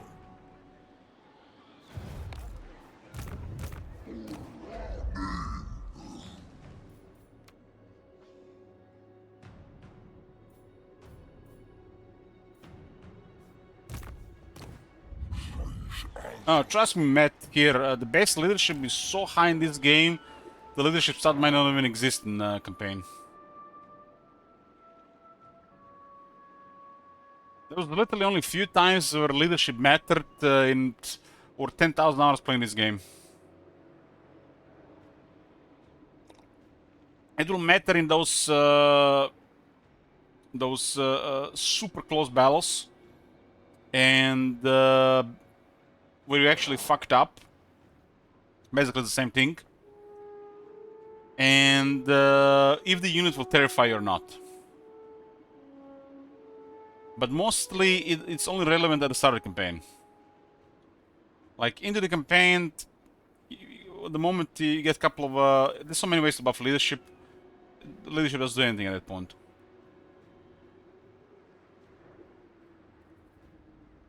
How about Skaven? Irrelevant. Irrelevant. You don't even have to enter a battle with Skaven, Matt, for starters. And if you enter a battle, there is a million ways to kill the enemies. And your troops being in melee is the least of it.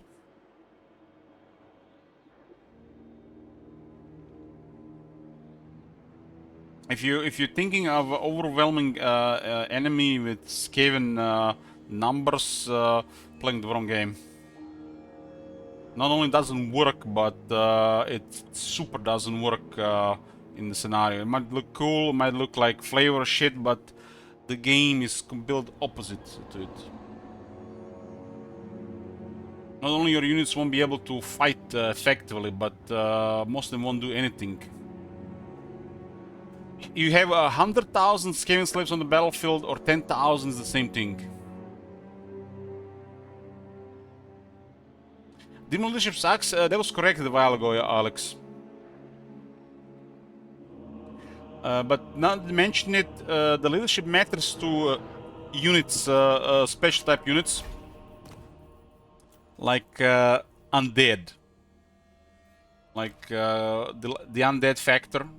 This is where leadership kind of matters, but it's still gonna matter to an extent to keep it on the base. For example, if you look at the undead units, this is basically what the base leadership ought to be for most of the game. And then the leadership would actually matter for other factions.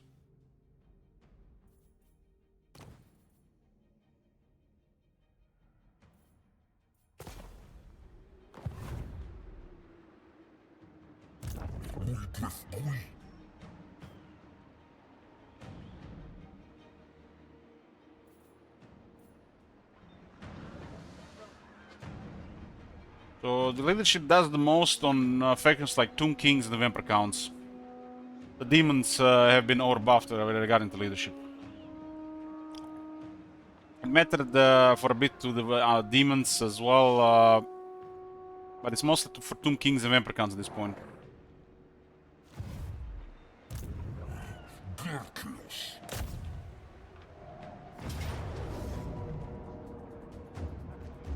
One time we don't want to ambush, we get an ambush.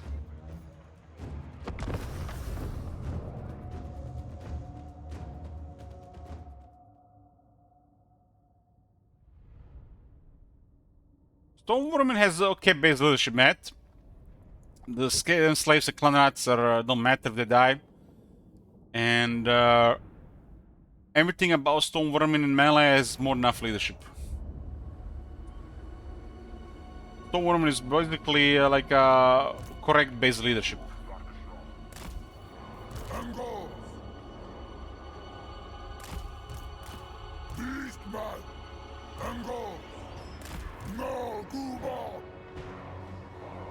It's just a boring stat that doesn't do much.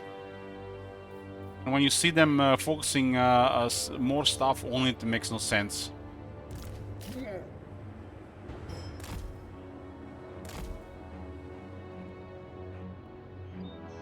You know what would be a cool thing to do with leadership? So you got a unit like Gorherd here with shields, they got 6-2 leadership.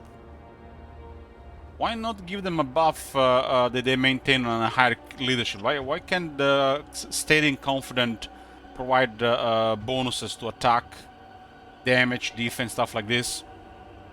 And as they lose those states by losing leadership, taking damage, being in a bad leadership situations, they lose those buffs.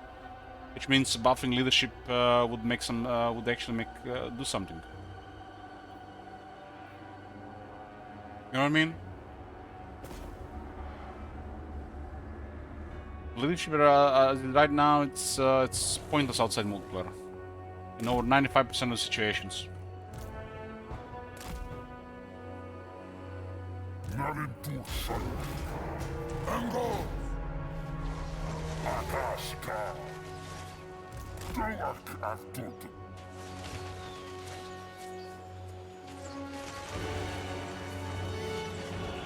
That guy is running at 41 speed. Holy fuck!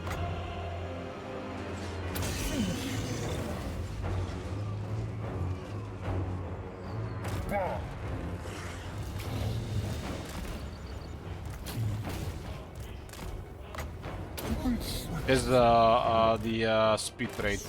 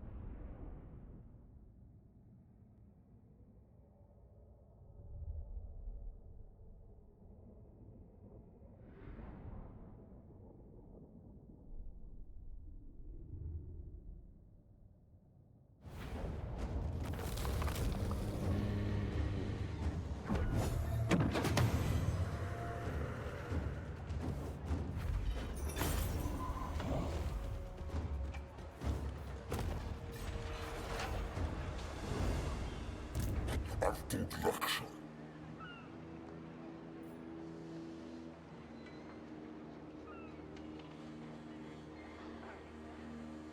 Absolutely not. Witwi Makbu.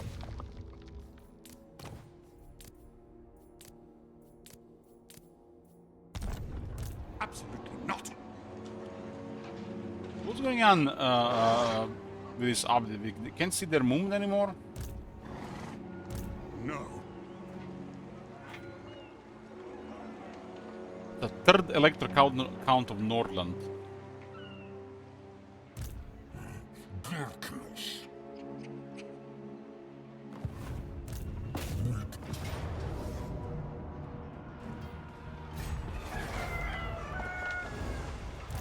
Nefnarov.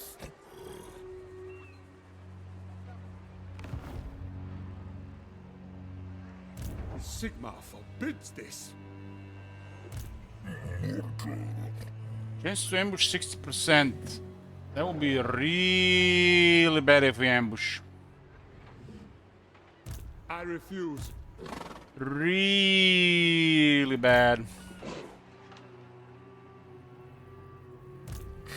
Russes. Chaos fails. Swarm.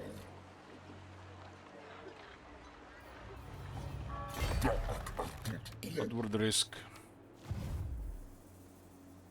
Something is destroyed, we cannot get it anymore for a while.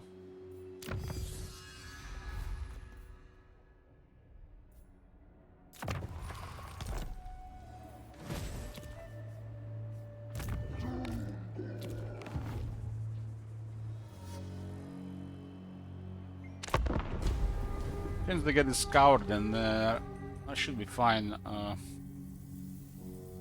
Very hard to kill Morgor.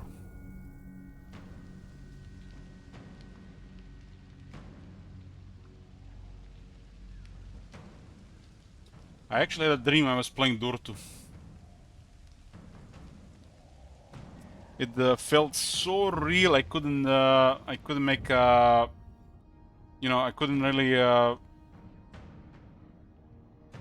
know if it was a dream or not.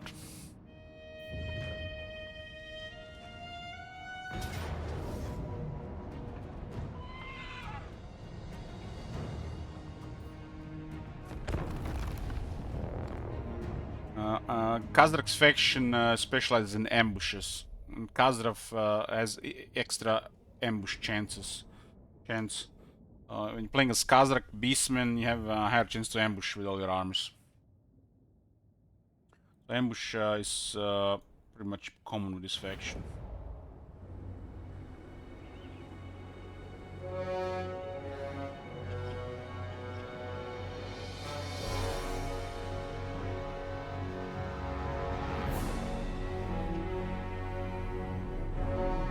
Was Chet in it? I don't know. I don't remember. I just remember I was playing Gurtu.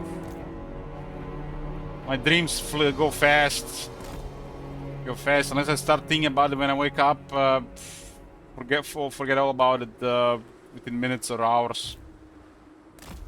On guards. I used to dream about playing Rome 2, and what I would do, I would turn on Rome 2, and I would just be on main menu looking at the factions.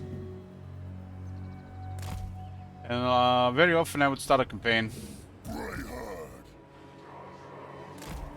Undoors.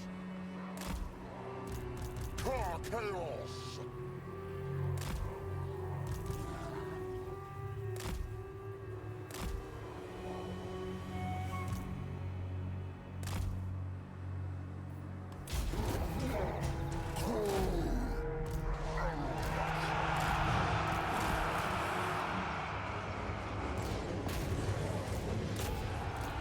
This infantry is really weak in ambushes.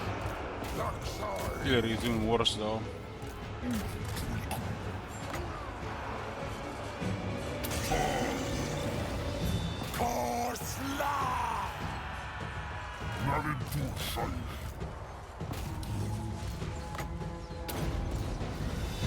On guards.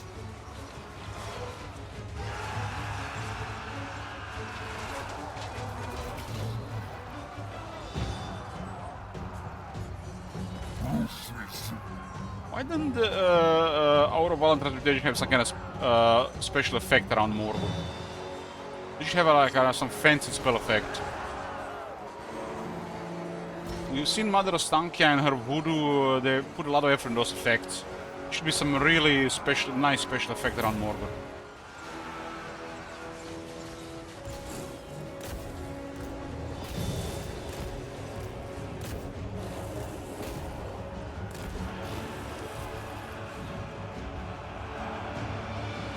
Yeah, that's how it is for me. I don't remember most of the dreams, St. Isaac, but you know, some of the dreams I'm getting like the craziest deja vu. It's like I dreamed before, and then I forget about it until I dream it again. Like avoiding the alien is probably one of my most common nightmares. But even before I played Alien Isolation, and it's literally deja vu every time with that shit.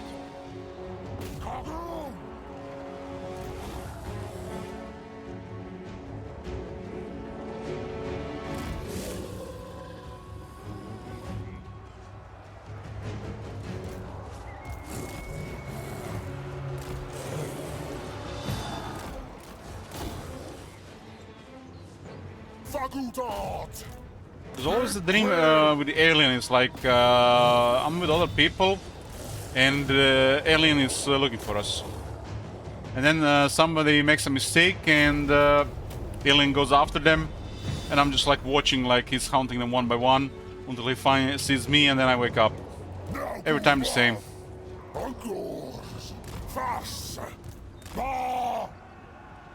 That was a hallucination, Matt, and it took me a while to realize that was a hallucination.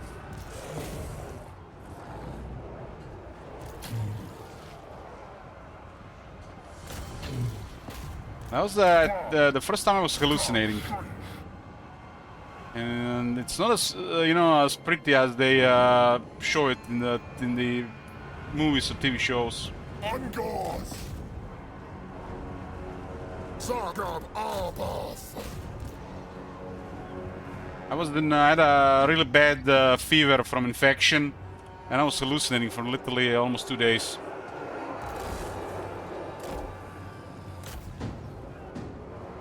And you don't know if it was happening or what was happening, and you're not sure if you're dreaming or you're awake. And after a while, you start thinking about it, and then you figure out what was real and what was not. But in the moment, you have no idea. Only after a couple of days, after I was thinking long and hard about it, I managed to, like divide what was real at the time and what was hallucination.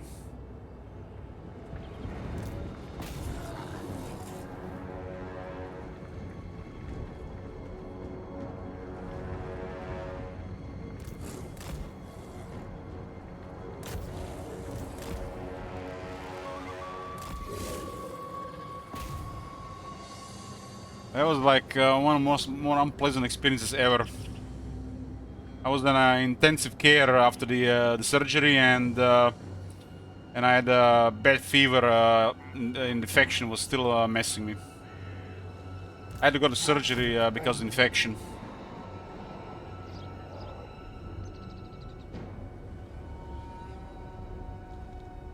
How easy would it have been to die at the time? I just had to go to sleep and not go to the hospital. I would not have woken up the next day. I think about it a lot. I got some antibiotics at the doctor, and they sent me home. He did recommend me to go to the hospital, and I went home, and I felt so bad. I felt like a zombie. And instead of going to bed after drinking the antibiotics, I went to the hospital instead. If I went to the bed instead of the hospital, I would have been dead before I would have actually had a chance to wake up. I would have stopped breathing from the infection.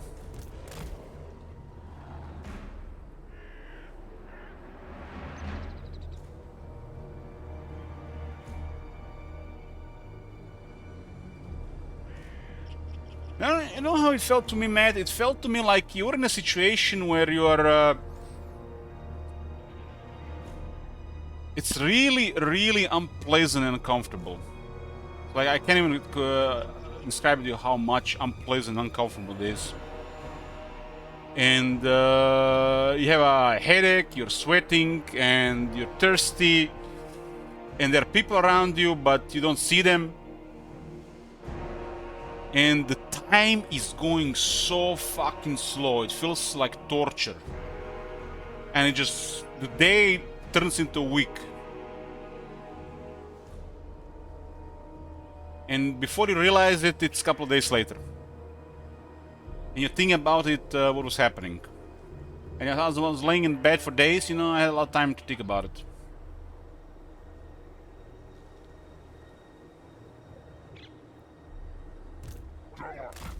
Had my throat numb from anesthesia, and I couldn't swallow, and I was bleeding badly in my mouth. And it took me hours just to learn how to swallow again.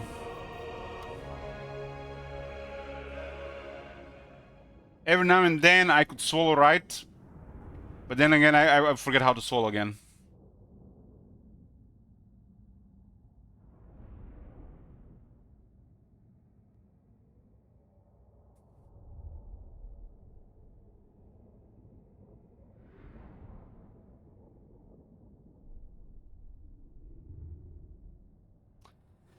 See what you survive, some bad patch can take you down.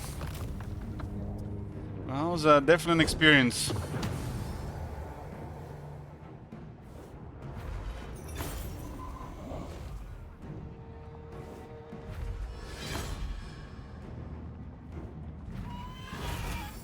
And Isaac says I used to have a monthly recurring nightmare from middle school to high school graduation. Yeah.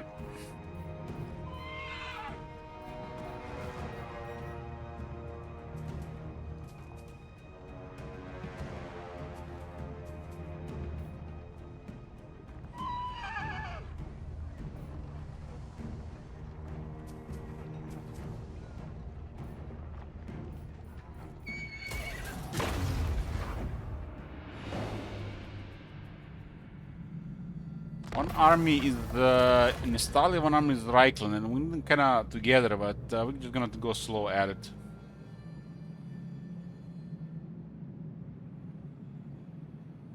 This is still crop. The crop.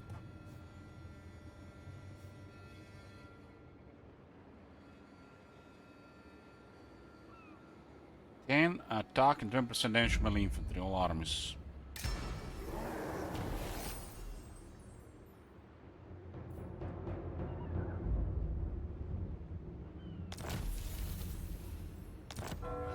To me, Matt, I always have like that control, you know, I can wake up when I want. So, because of that feeling that I can wake up whenever I want, and I think about it a little bit, I remember them.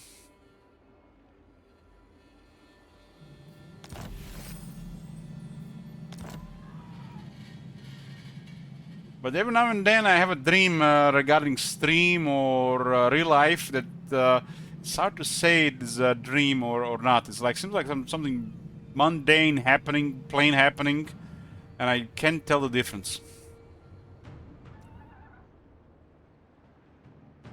And me, I just woke up today and I went for a 2-hour walk. So, you know, when you're walking for hours, you get to think a lot about things. It's kind of these things they get stuck with you. Usually, you know, I'm thinking about stuff when I'm walking or listening to some kind of nutrition podcast or music or stuff like this. But it's always a lot of thinking.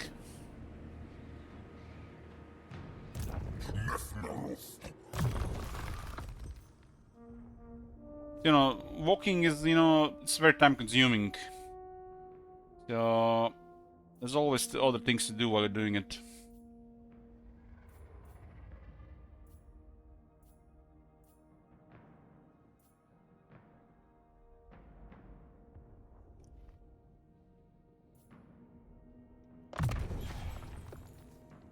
This grants the entire army Primal Fury. Primal Fury is the Beastman type Frenzy. It's not as good as the Frenzy, old Frenzy, or the upgrade Frenzy, new Frenzy, but what makes the Beastman Beastman?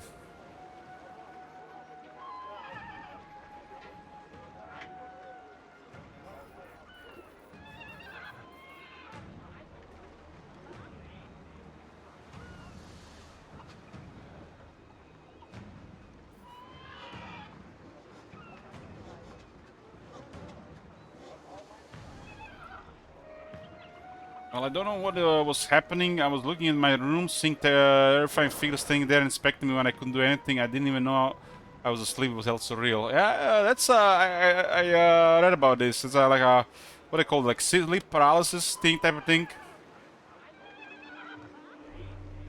Yeah, I don't think I've experienced something like that.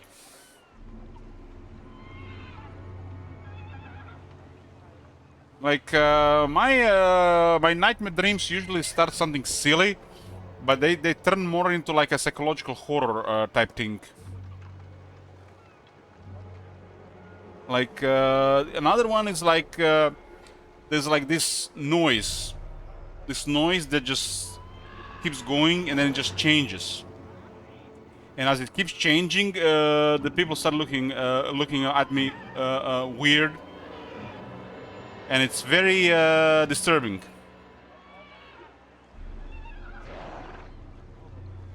Or like there's a dream from time to time. It's about snake or a spider, and it's kind of crazy. I'm not afraid of snakes or spiders. I don't give a shit. And in real life, you know, I see a spider in my room, I catch it, I throw it out. But in the dream, there's a spider. The light goes out, and I'm trying to catch it to get rid of it. Then I find there's more spiders, and I just try to catch them, and the shit just get out of control. Just like more and more spiders. It's like I'm like in the spider nest or something, and I just force wake myself up. Same with the snakes. Just starts like 1 or 2 snakes, and it's on the path. I try to avoid it, but there's more and more snakes, and I can't avoid them anymore, and I just force wake myself.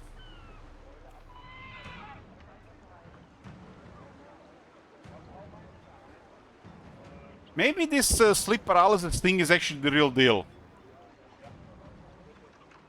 Because, you know, this sleep paralysis thing is way too common. It feels like I've seen it in horror movies and stuff. It's literally you're in the bed, you can't move, and there is somebody in the room with you, and it gets creepy and disturbing and terrifying. It's like, it seems to be like a common thing, like.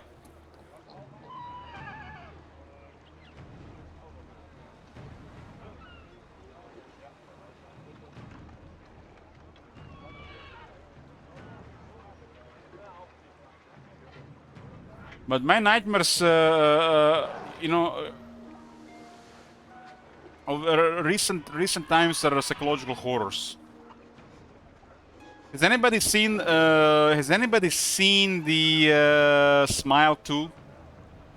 They literally have my nightmare in that movie. When the main character, the girl, is running around in her place, it's dark or something, and I was still drunk when I watched the movie, and she turns around and there's a bunch of people with weird faces looking at her, and every time she turns around they stop, and when she starts moving again they run after her, then she turns around, they're after her, and this is like when my nightmares are these days. Bunch of weird psychological horror shit.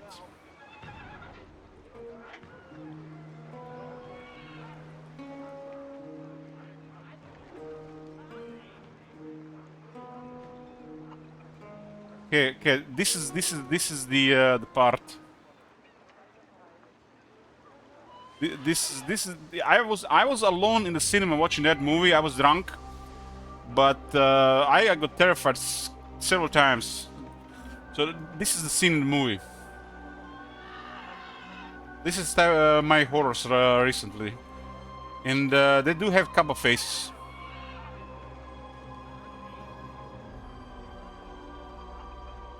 Weeping Angels. Yeah, I heard about this in that Misside game. But Smile 2 was scary. It was good scary. I was such a what do you call it? I was really scared of horror stuff in the past, but these days I crave it. That rush you get when you get scared. Maybe you have to learn it. How to you have to, I don't know what's the word. It's intoxicating, addicting. You crave it. But I used to avoid it like hell. Like it's like the worst thing ever. Expecting the jump scare would probably even be worse than experiencing the jump scare. You know, I would just completely avoid the experience. You know, remember me, guys, in the early days of playing horror games? But nowadays, I crave it.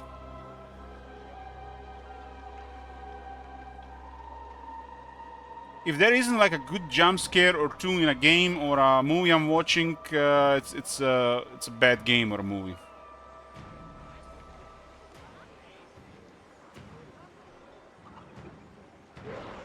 What was that last one we had on the boat? Was that on the boat or was it something else? I don't remember what it was, that one.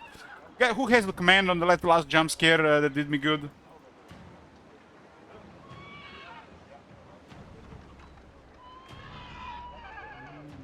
One of the worst jump scares I experienced on Twitch, I think, was playing the Outlaws the first time.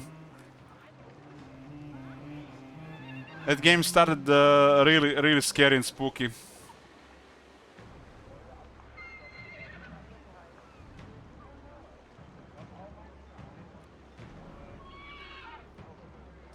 Alex, put in Discord.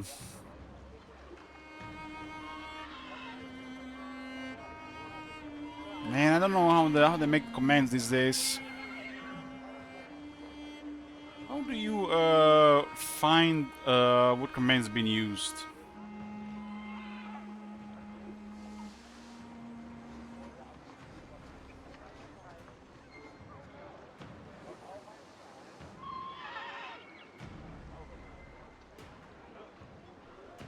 Why is it always hard to look for clips on Twitch compared to third parties?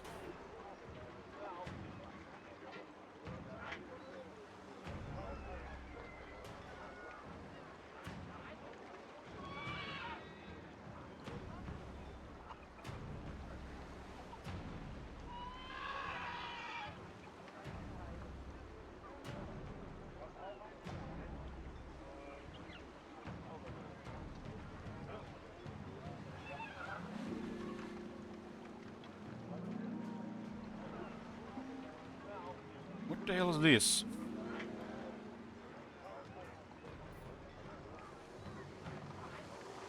Oh man, it's sleep time, boys.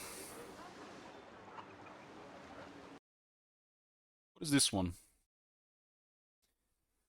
That's some of my terrifying experiences playing Alien Isolation the first 2 times. Oh my god, I got this. Okay, that game is hard.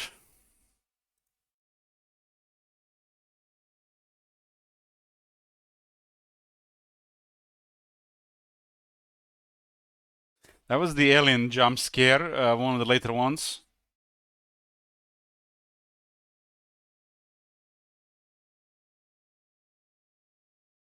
What is this one?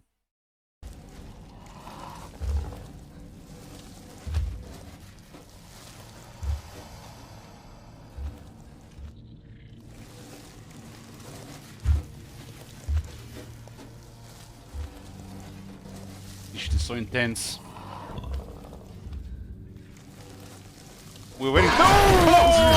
Under the bed. That's new. I don't remember this happening on no. That's when you put it on hard. If you're just waiting too long, they find you.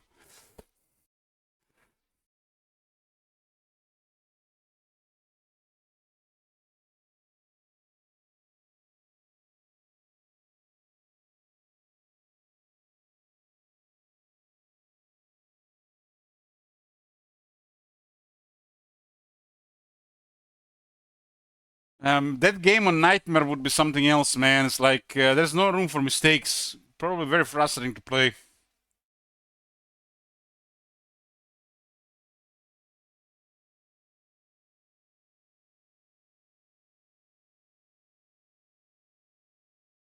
There's a clip from...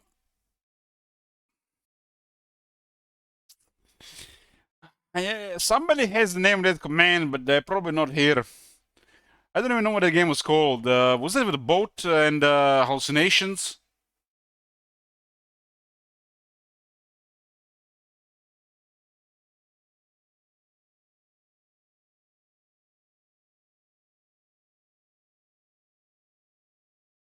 Why is somebody clipping my questionable history?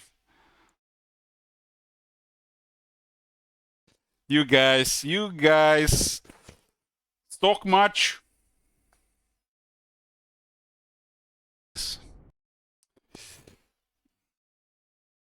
God damn YouTube. Gotta clear history every time I join Twitch.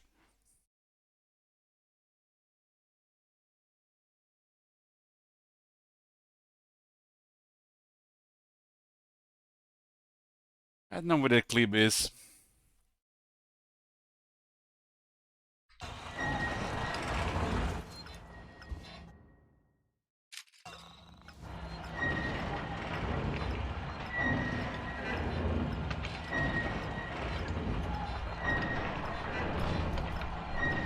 Guess any alien? You had jump scares? I was like that, Matt. I was like that. Trust me. You need to train yourself and you're gonna crave it. I was like that. I was like that.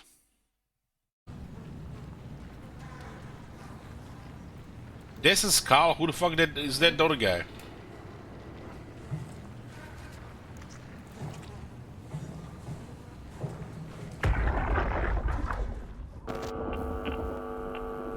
Did you get the final backup turbos going? Everything is wired evenly. We've hedged our bets as much as we possibly can. So that's it? Enough power to run Pathos 2 until the next apocalypse. We're ready to go. I don't know what game is that. Was that the one underwater?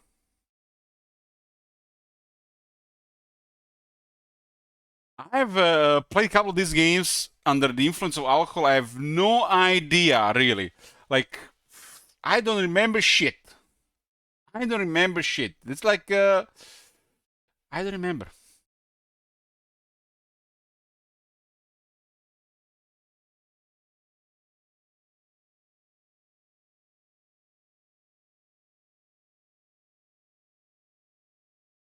Like, what the hell is this?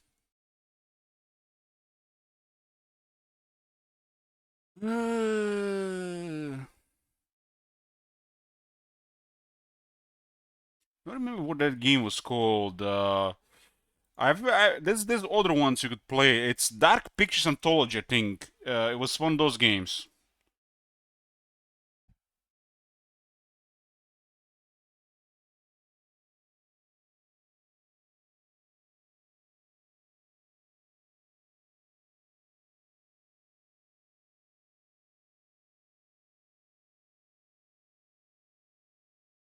Seems to be really hard to find clips. It's almost like gotta write this shit down somewhere, the commands. So, I'm not the one who makes the commands all the time, so I don't know. I don't know where it is.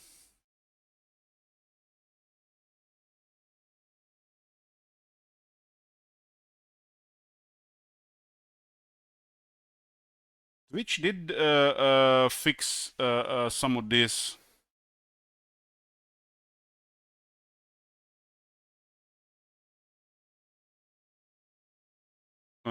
When you look for clips.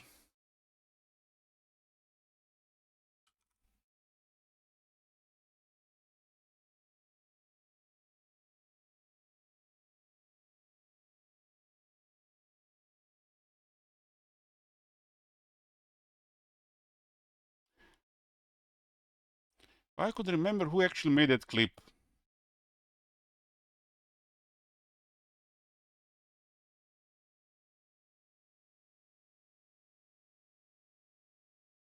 I have to find it now.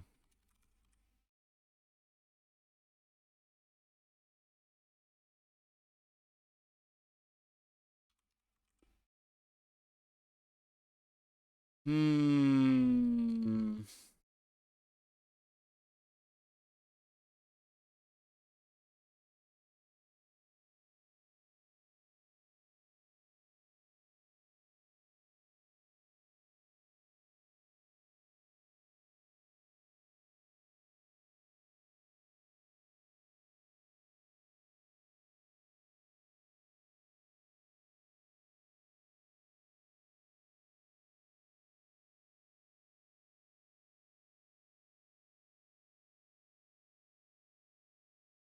That was before I had the radial tunnel syndrome, right? Pretty sure.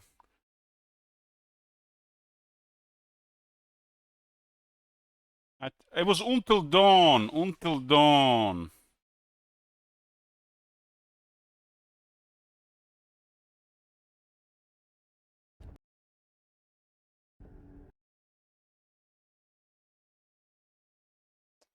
And how do we watch this clip in a full screen? Twitch? Come on, Twitch, how does this work?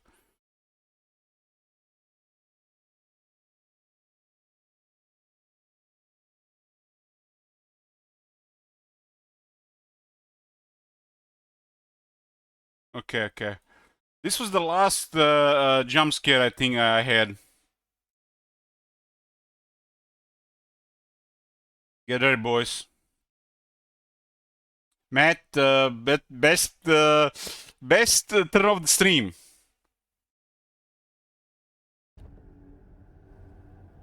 Please, game. 2 more scary scenes. 2 more. Ah! Okay. God damn. Yeah, that made me jump. That's good shit, man. That's I feel like 1% more alive right now.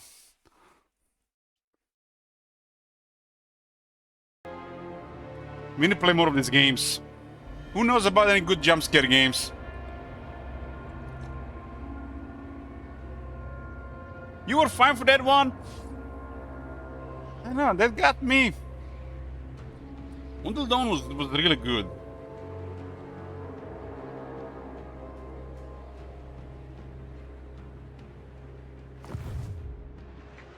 Absolutely not. What the hell is this?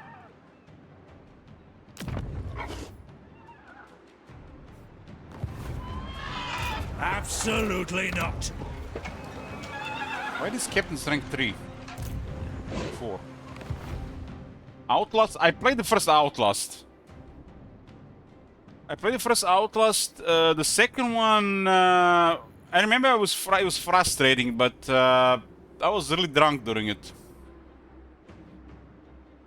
There were 2 or 3 horror games I was so drunk during them that it was frustrating to play.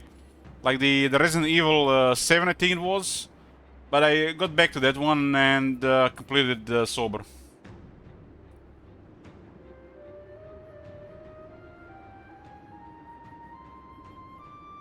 Outlast St. Isaac was the first horror stream. I completed in one sitting. Outlast and a whole bottle of whiskey. I was never afraid, more afraid in my life. Visage, I think we tried playing Visage, but it was I don't know. I think I was boring. It was there like in the house. I think at the time we were playing 3 different games. They were around the house story. They all felt the same. Is the Visage in the house?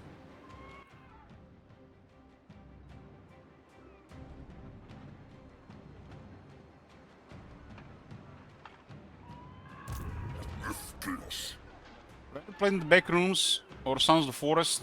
Nope.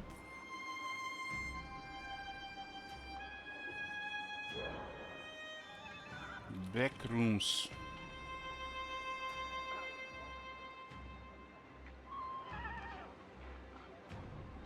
I have a couple of horror games on my wish list, but ooh, there's a new Booba game released. Wish list. Where was I? Yeah, I had a couple of horror games on my wish list, but they never. They're just coming soon for like years.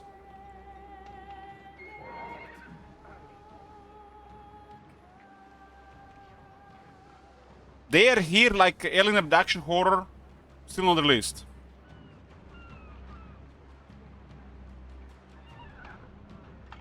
More Resistant, yeah, I played that one. This game has been coming soon for years. They are not here. They are not here.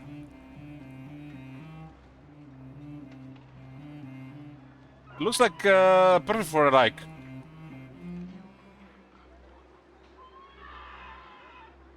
Oh, look at this. It's purple there, bro. Nice. Matt, I just saw 2 new Bubba games on Steam. Check it out.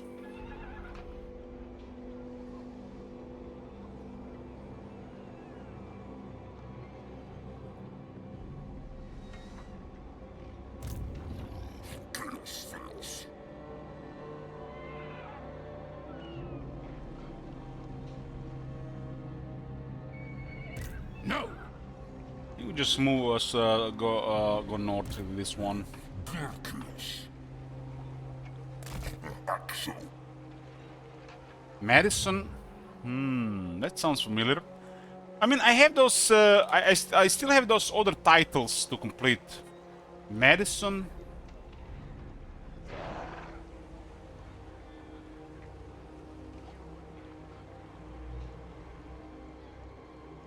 I played that. I played Madison. I don't remember playing it, but I got over 4 hours in it. So I must have played it.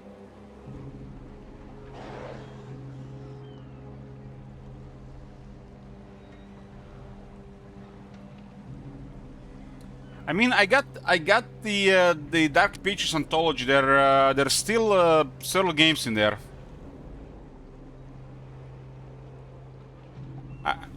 You got me this, there, bro. The Dark Pictures anthology. This is like the whole pack of games, right?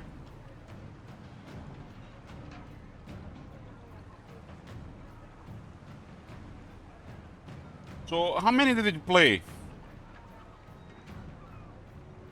We play 1 or 2.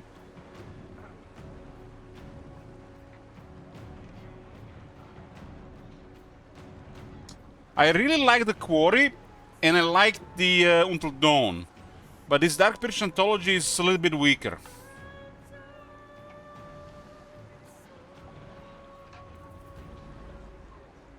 And as I said, Dark Pictures anthology, I don't really enjoy watching, especially when something stupid happens.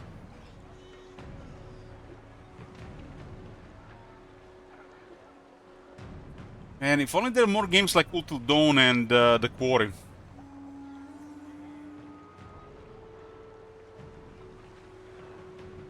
This is, I guess, this is how we got into Dark Pictures anthology, because of Until Dawn and the Quarry. They played the first Dead Space, yes, on stream. We completed it.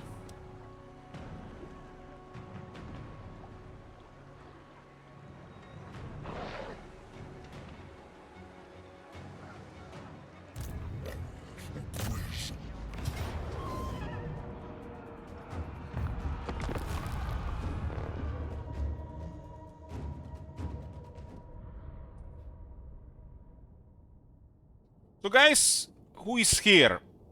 Experiences. What was the scariest horror game you saw or you played? For me, hands down, Alien Isolation. Nothing comes even close, man. Alien is fucking terrifying. How about you guys? Let's see if any good stuff. PT. Resident Evil. Resident Evil is scary. What the hell? Okay. What is PT?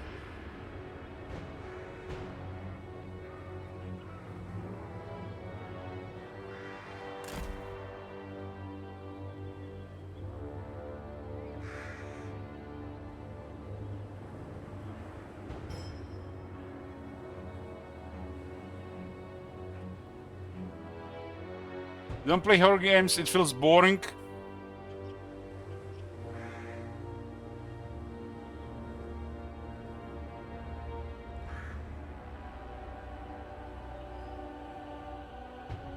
So Resident Evil was scary when you were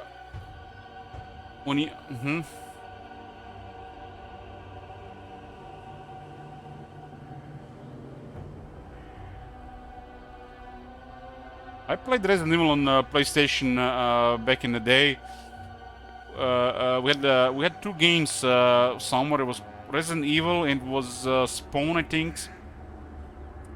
And they're both horror games, but they were not scary at all. I think I was 12 maybe.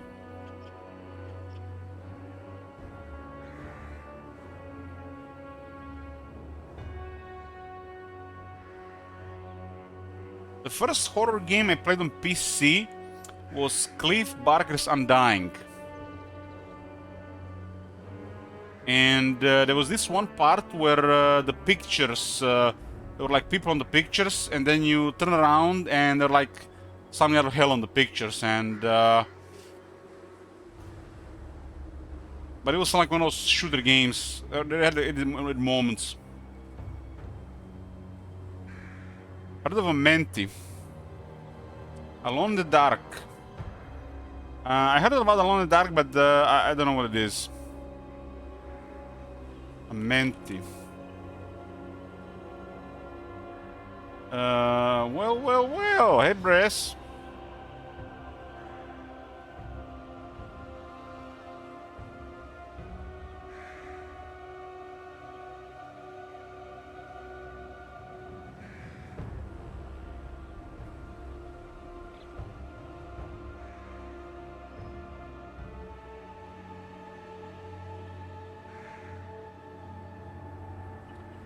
Photographer enters Great Pyramids to photograph Pharaoh Rudemont's remains, but is soon overwhelmed by a sinister curse as the ancient tomb awakens dark forces that claw at his sanity. Well, this one looks scary. I have not played this one.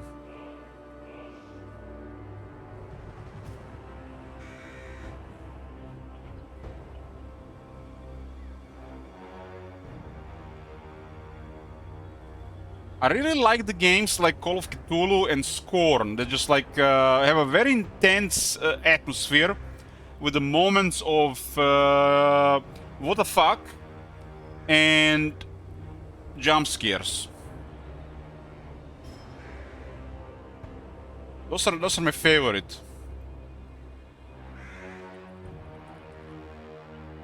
Silent Hill? No, I haven't played it.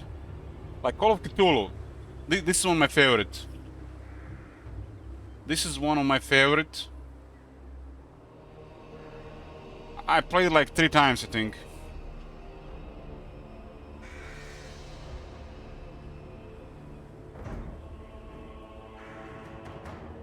I really enjoyed this one. And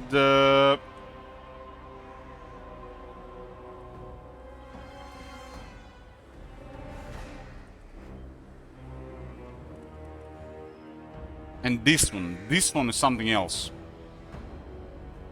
This one is something else. This one was like bunch of what the fuck, intense atmosphere, and it feels like bleak existence. They're just waiting to end. They just nailed it.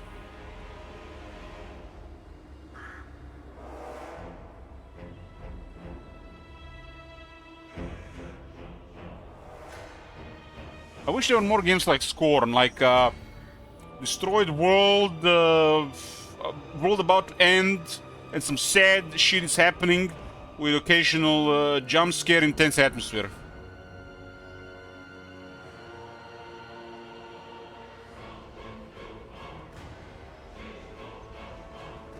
I feel like I got the same vibe from Scorn I was getting from what is that underwater game? The really good one. Recommended by Cervantes.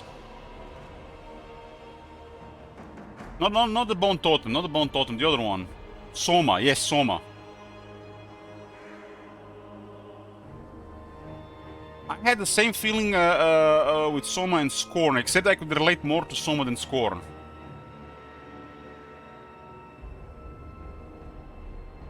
Soma was very good. If you guys haven't played Soma, this is a must play.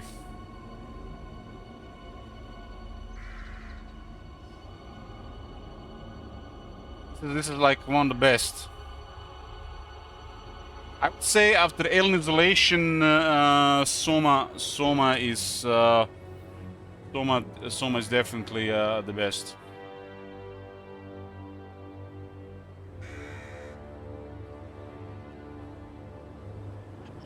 The Scorn can't even compete with Soma, but it's a different setting.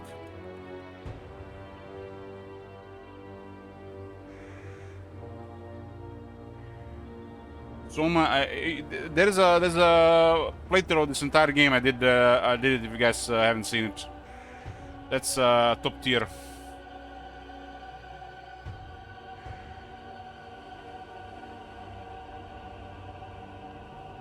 Subnautica gave me anxiety.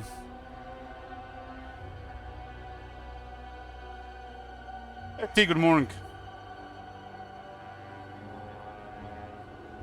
What about a Dead of Night?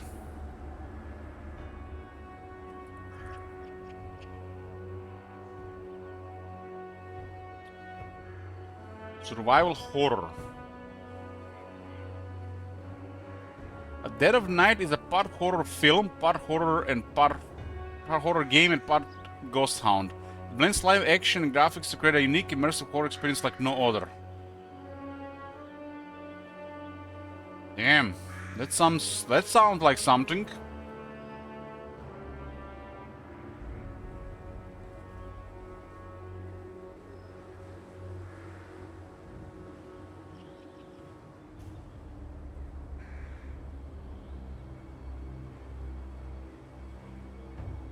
I just wish a lot of these games wouldn't give that repetitive, you know, go through the house feeling playthrough. Gameplay. I've never played a FMV game. Never on never. I don't think I ever played a FMV game.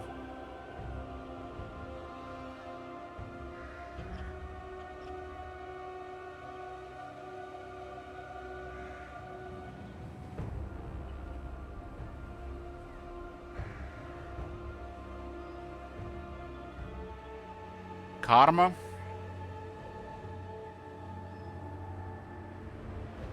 Walking simulator, first-person horror, sci-fi. Ooh. Ooh. This is my favorite. Walking simulator, boys.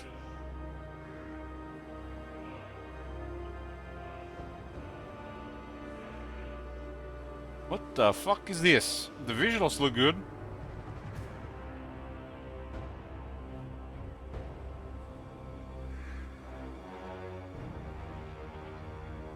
Karma: The Dark World is a first-person cinematic psychological thriller set in a dystopian world where the Leviathan Corporation is omnipresent. The time is 1984, the place is East Germany, and the things are not quite what they seem. This seems like some good shit.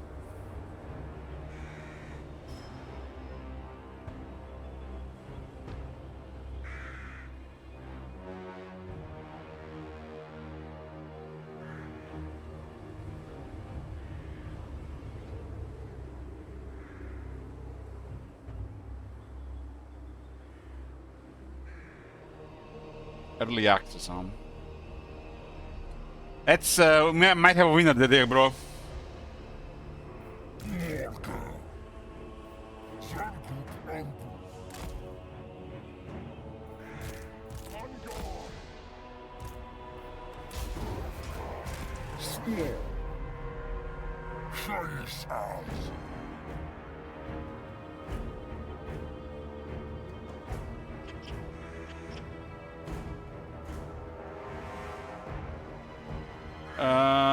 Layers of Fear.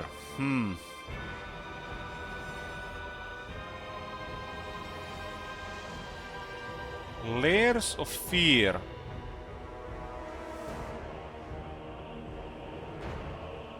I don't believe so. Again, one of them old house thingies, huh?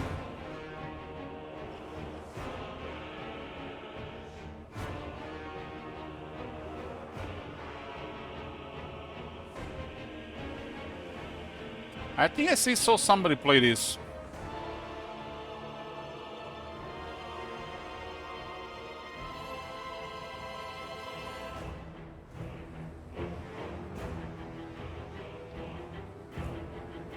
I haven't played this one.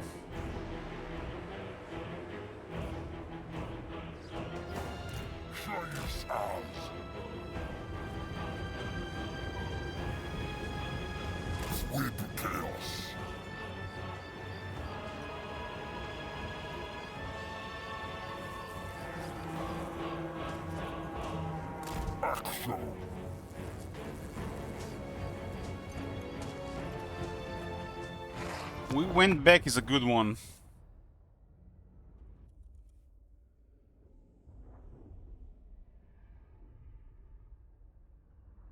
We Went Back is a time-looping horror game in which you wake up in an abandoned space station utterly alone.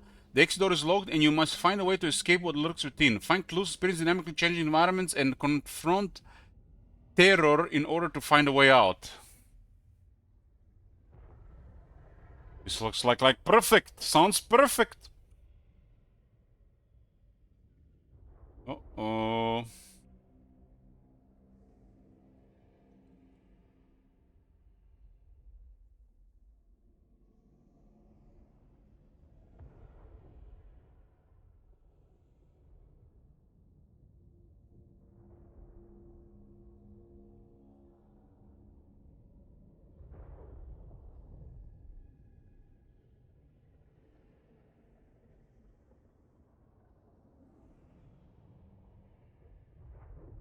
Install.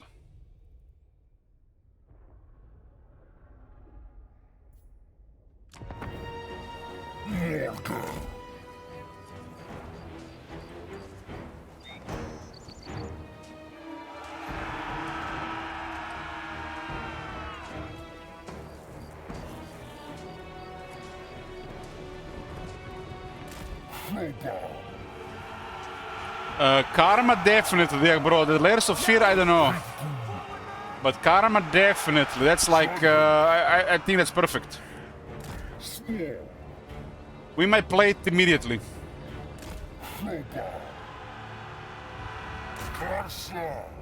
When it releases, I mean.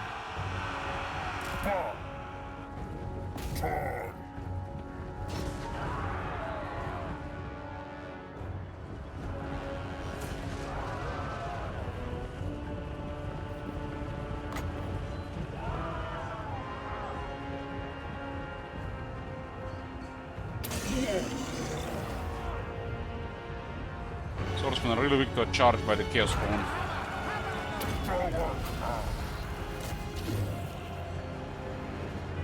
This unit needs another 10 seconds, it's not responsive.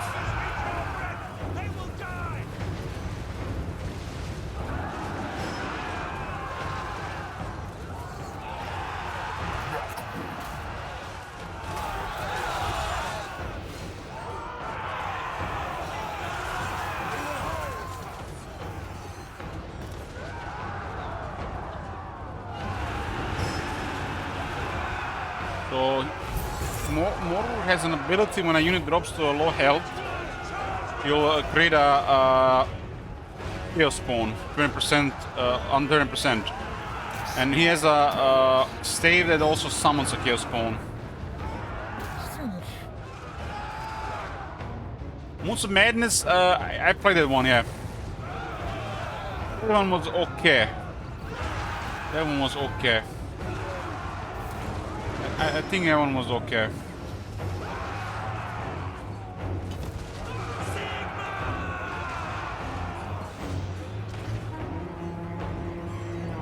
We ought to give Morgus some kind of spell effect around some effect around his aura. Observer. Oh man, Observer. I got spooked and I stopped playing. Maybe I should play that one more.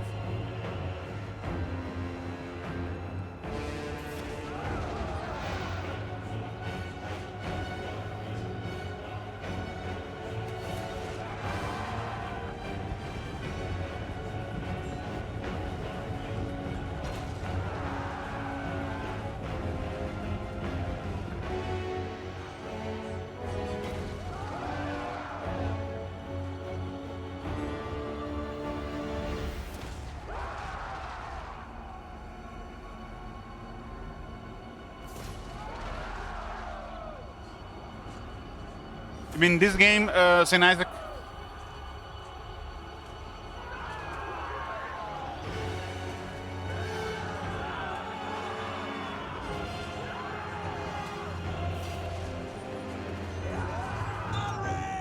Yeah, I got spooked on that when I stopped playing.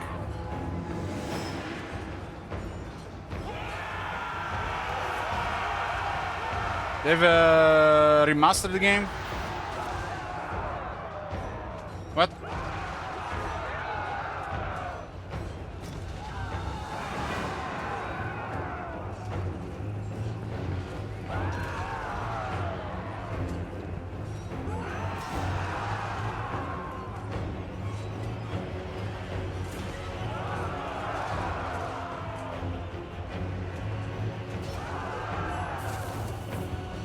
System Redux. I don't think I own this one.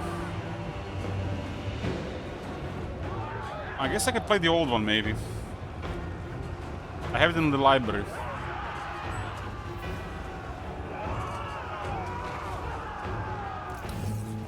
What? Well, Morgul still hasn't killed them all. What the hell? What are you doing, Morgul? Ready to save.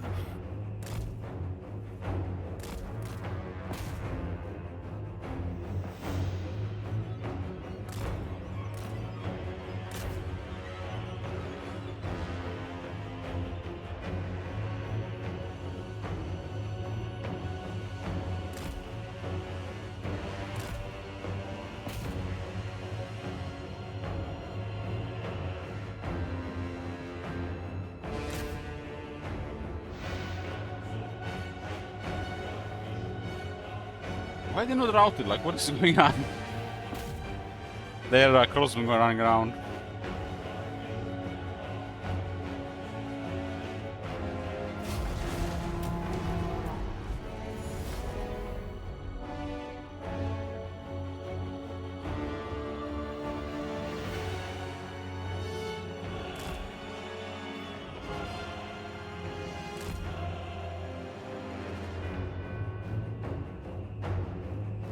So you guys that watched these horror games on the stream, which one was your favorite you watched? Is there any of them worth replaying? Other than Alien Isolation, of course.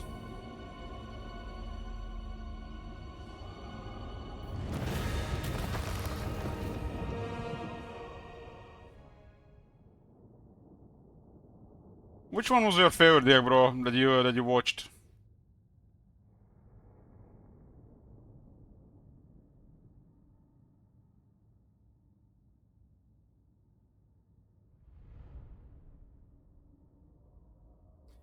Call of Cthulhu, I think it's always good to replay because there's different options, right?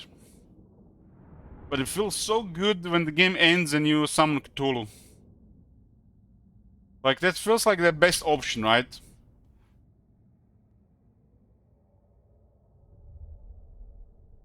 The Shambler in Call of Cthulhu has alien vibes as well.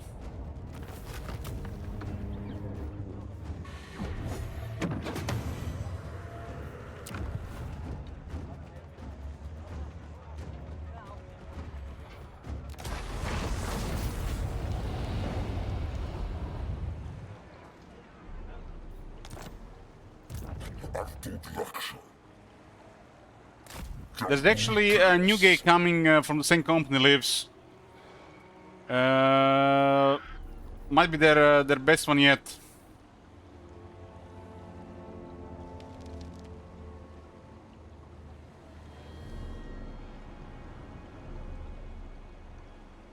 Called the Animal Use Protocol. 2026. The Brotherhood, I really like their games. I really like the games, I play them all. They made good stuff.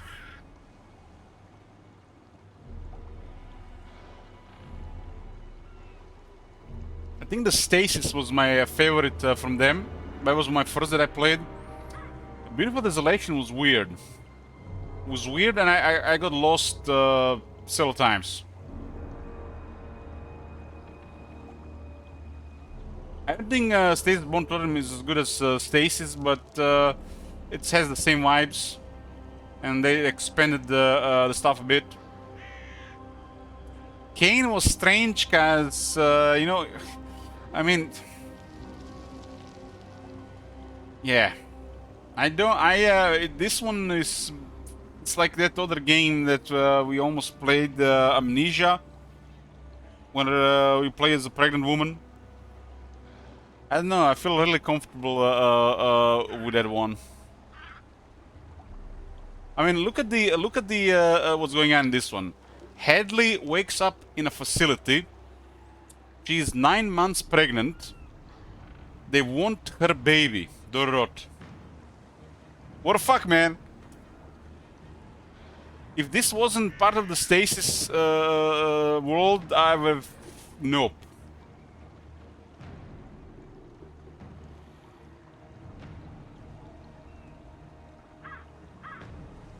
But in this world, they were kidnapping people, impregnating women with alien DNA, creating all kinds of things.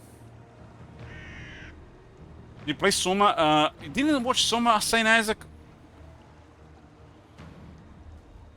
I have a whole playthrough of Soma on a playlist.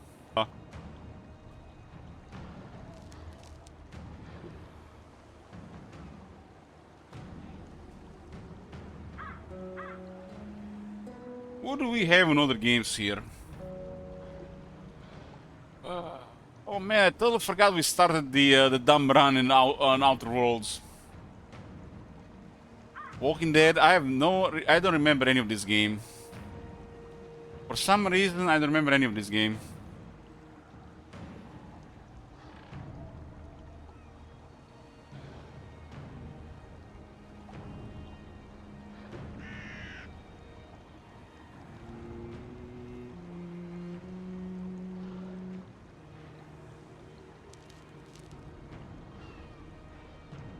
Almost under 7 hours.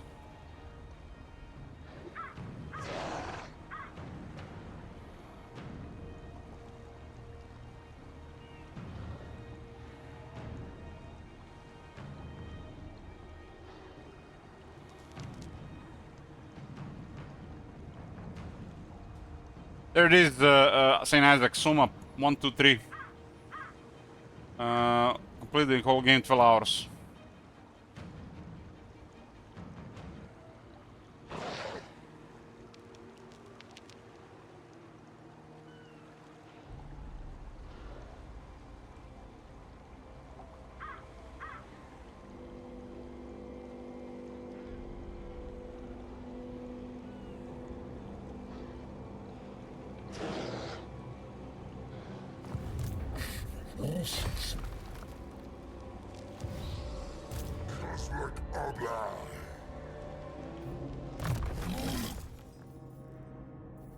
Carl is in the area again. Absolutely not. Let's chance to ambush here. 76.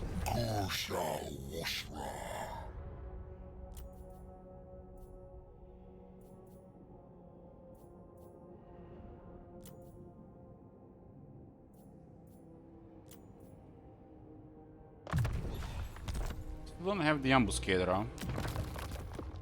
Oh, we have ambuscator. Not likely. It's turn 16, Carl is rank 1. Oh my god. Poor Carl has been bullied by the beastman.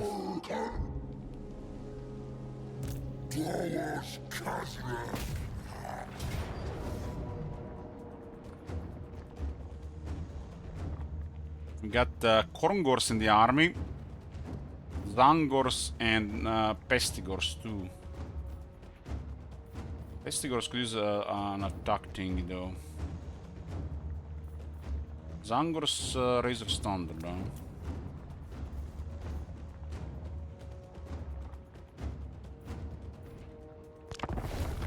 I really like games like Wolf Among Us.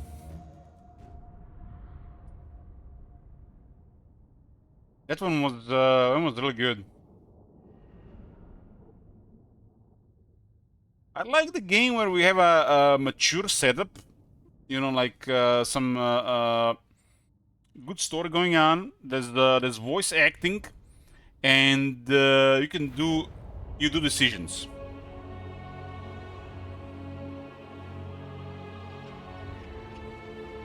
And usually I do bad decisions, but it is what it is.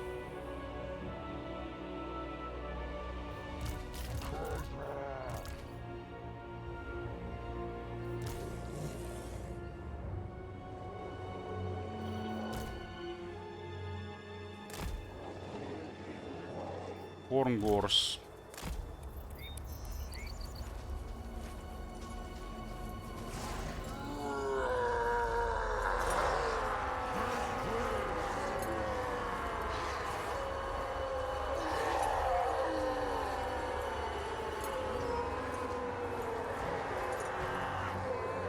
So So when they lose health, they can become unbreakable for a bit.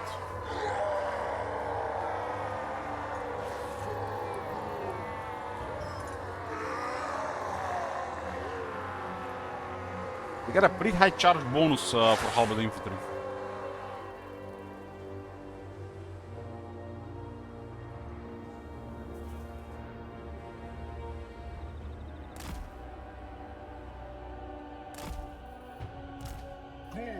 But Gors do all have charge going for them.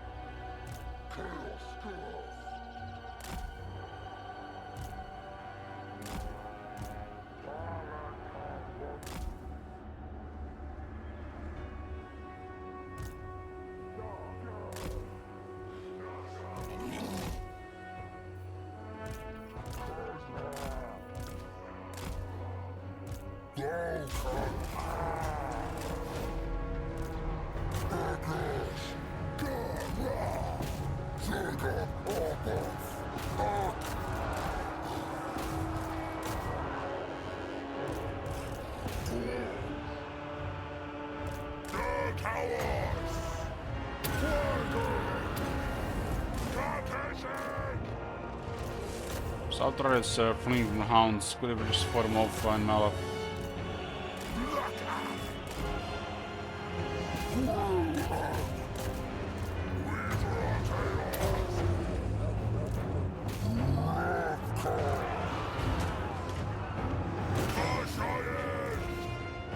Can outrun the poison warhounds.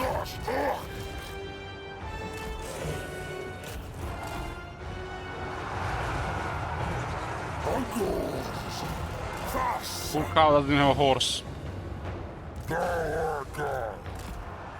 Angle! Pass! I can't see him!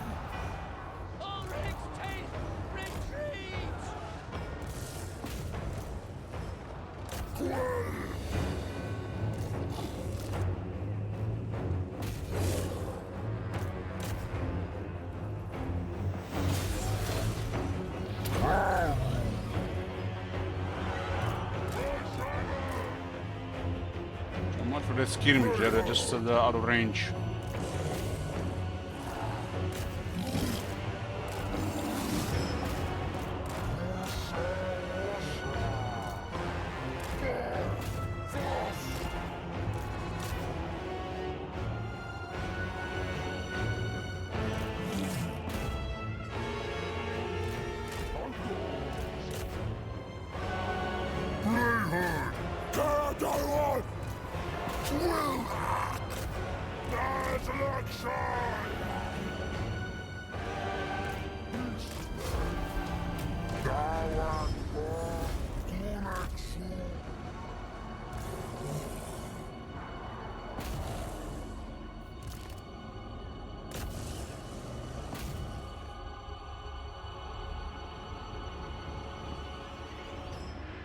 As the campaign feels like just a bunch of Empire bullying.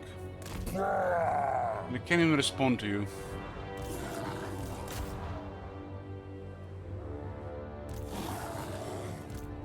Rivka! Angos! Quo! Sword!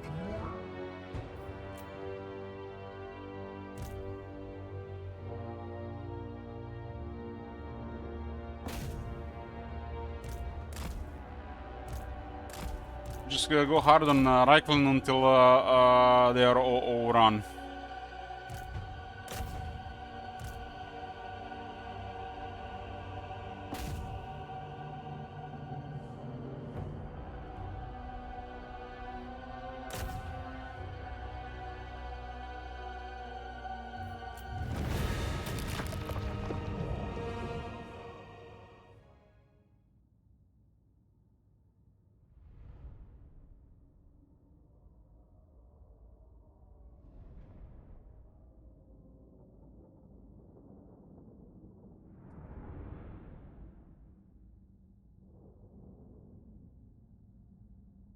Got Pestigors, 165 kills.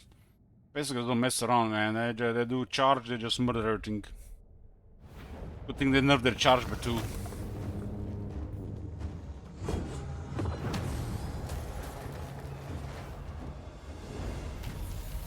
We can confederate another lord.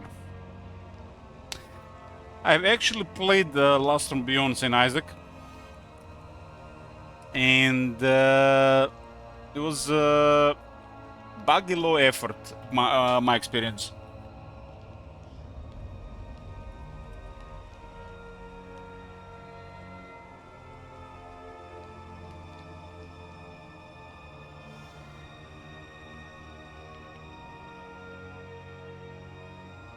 My experience was really buggy low effort.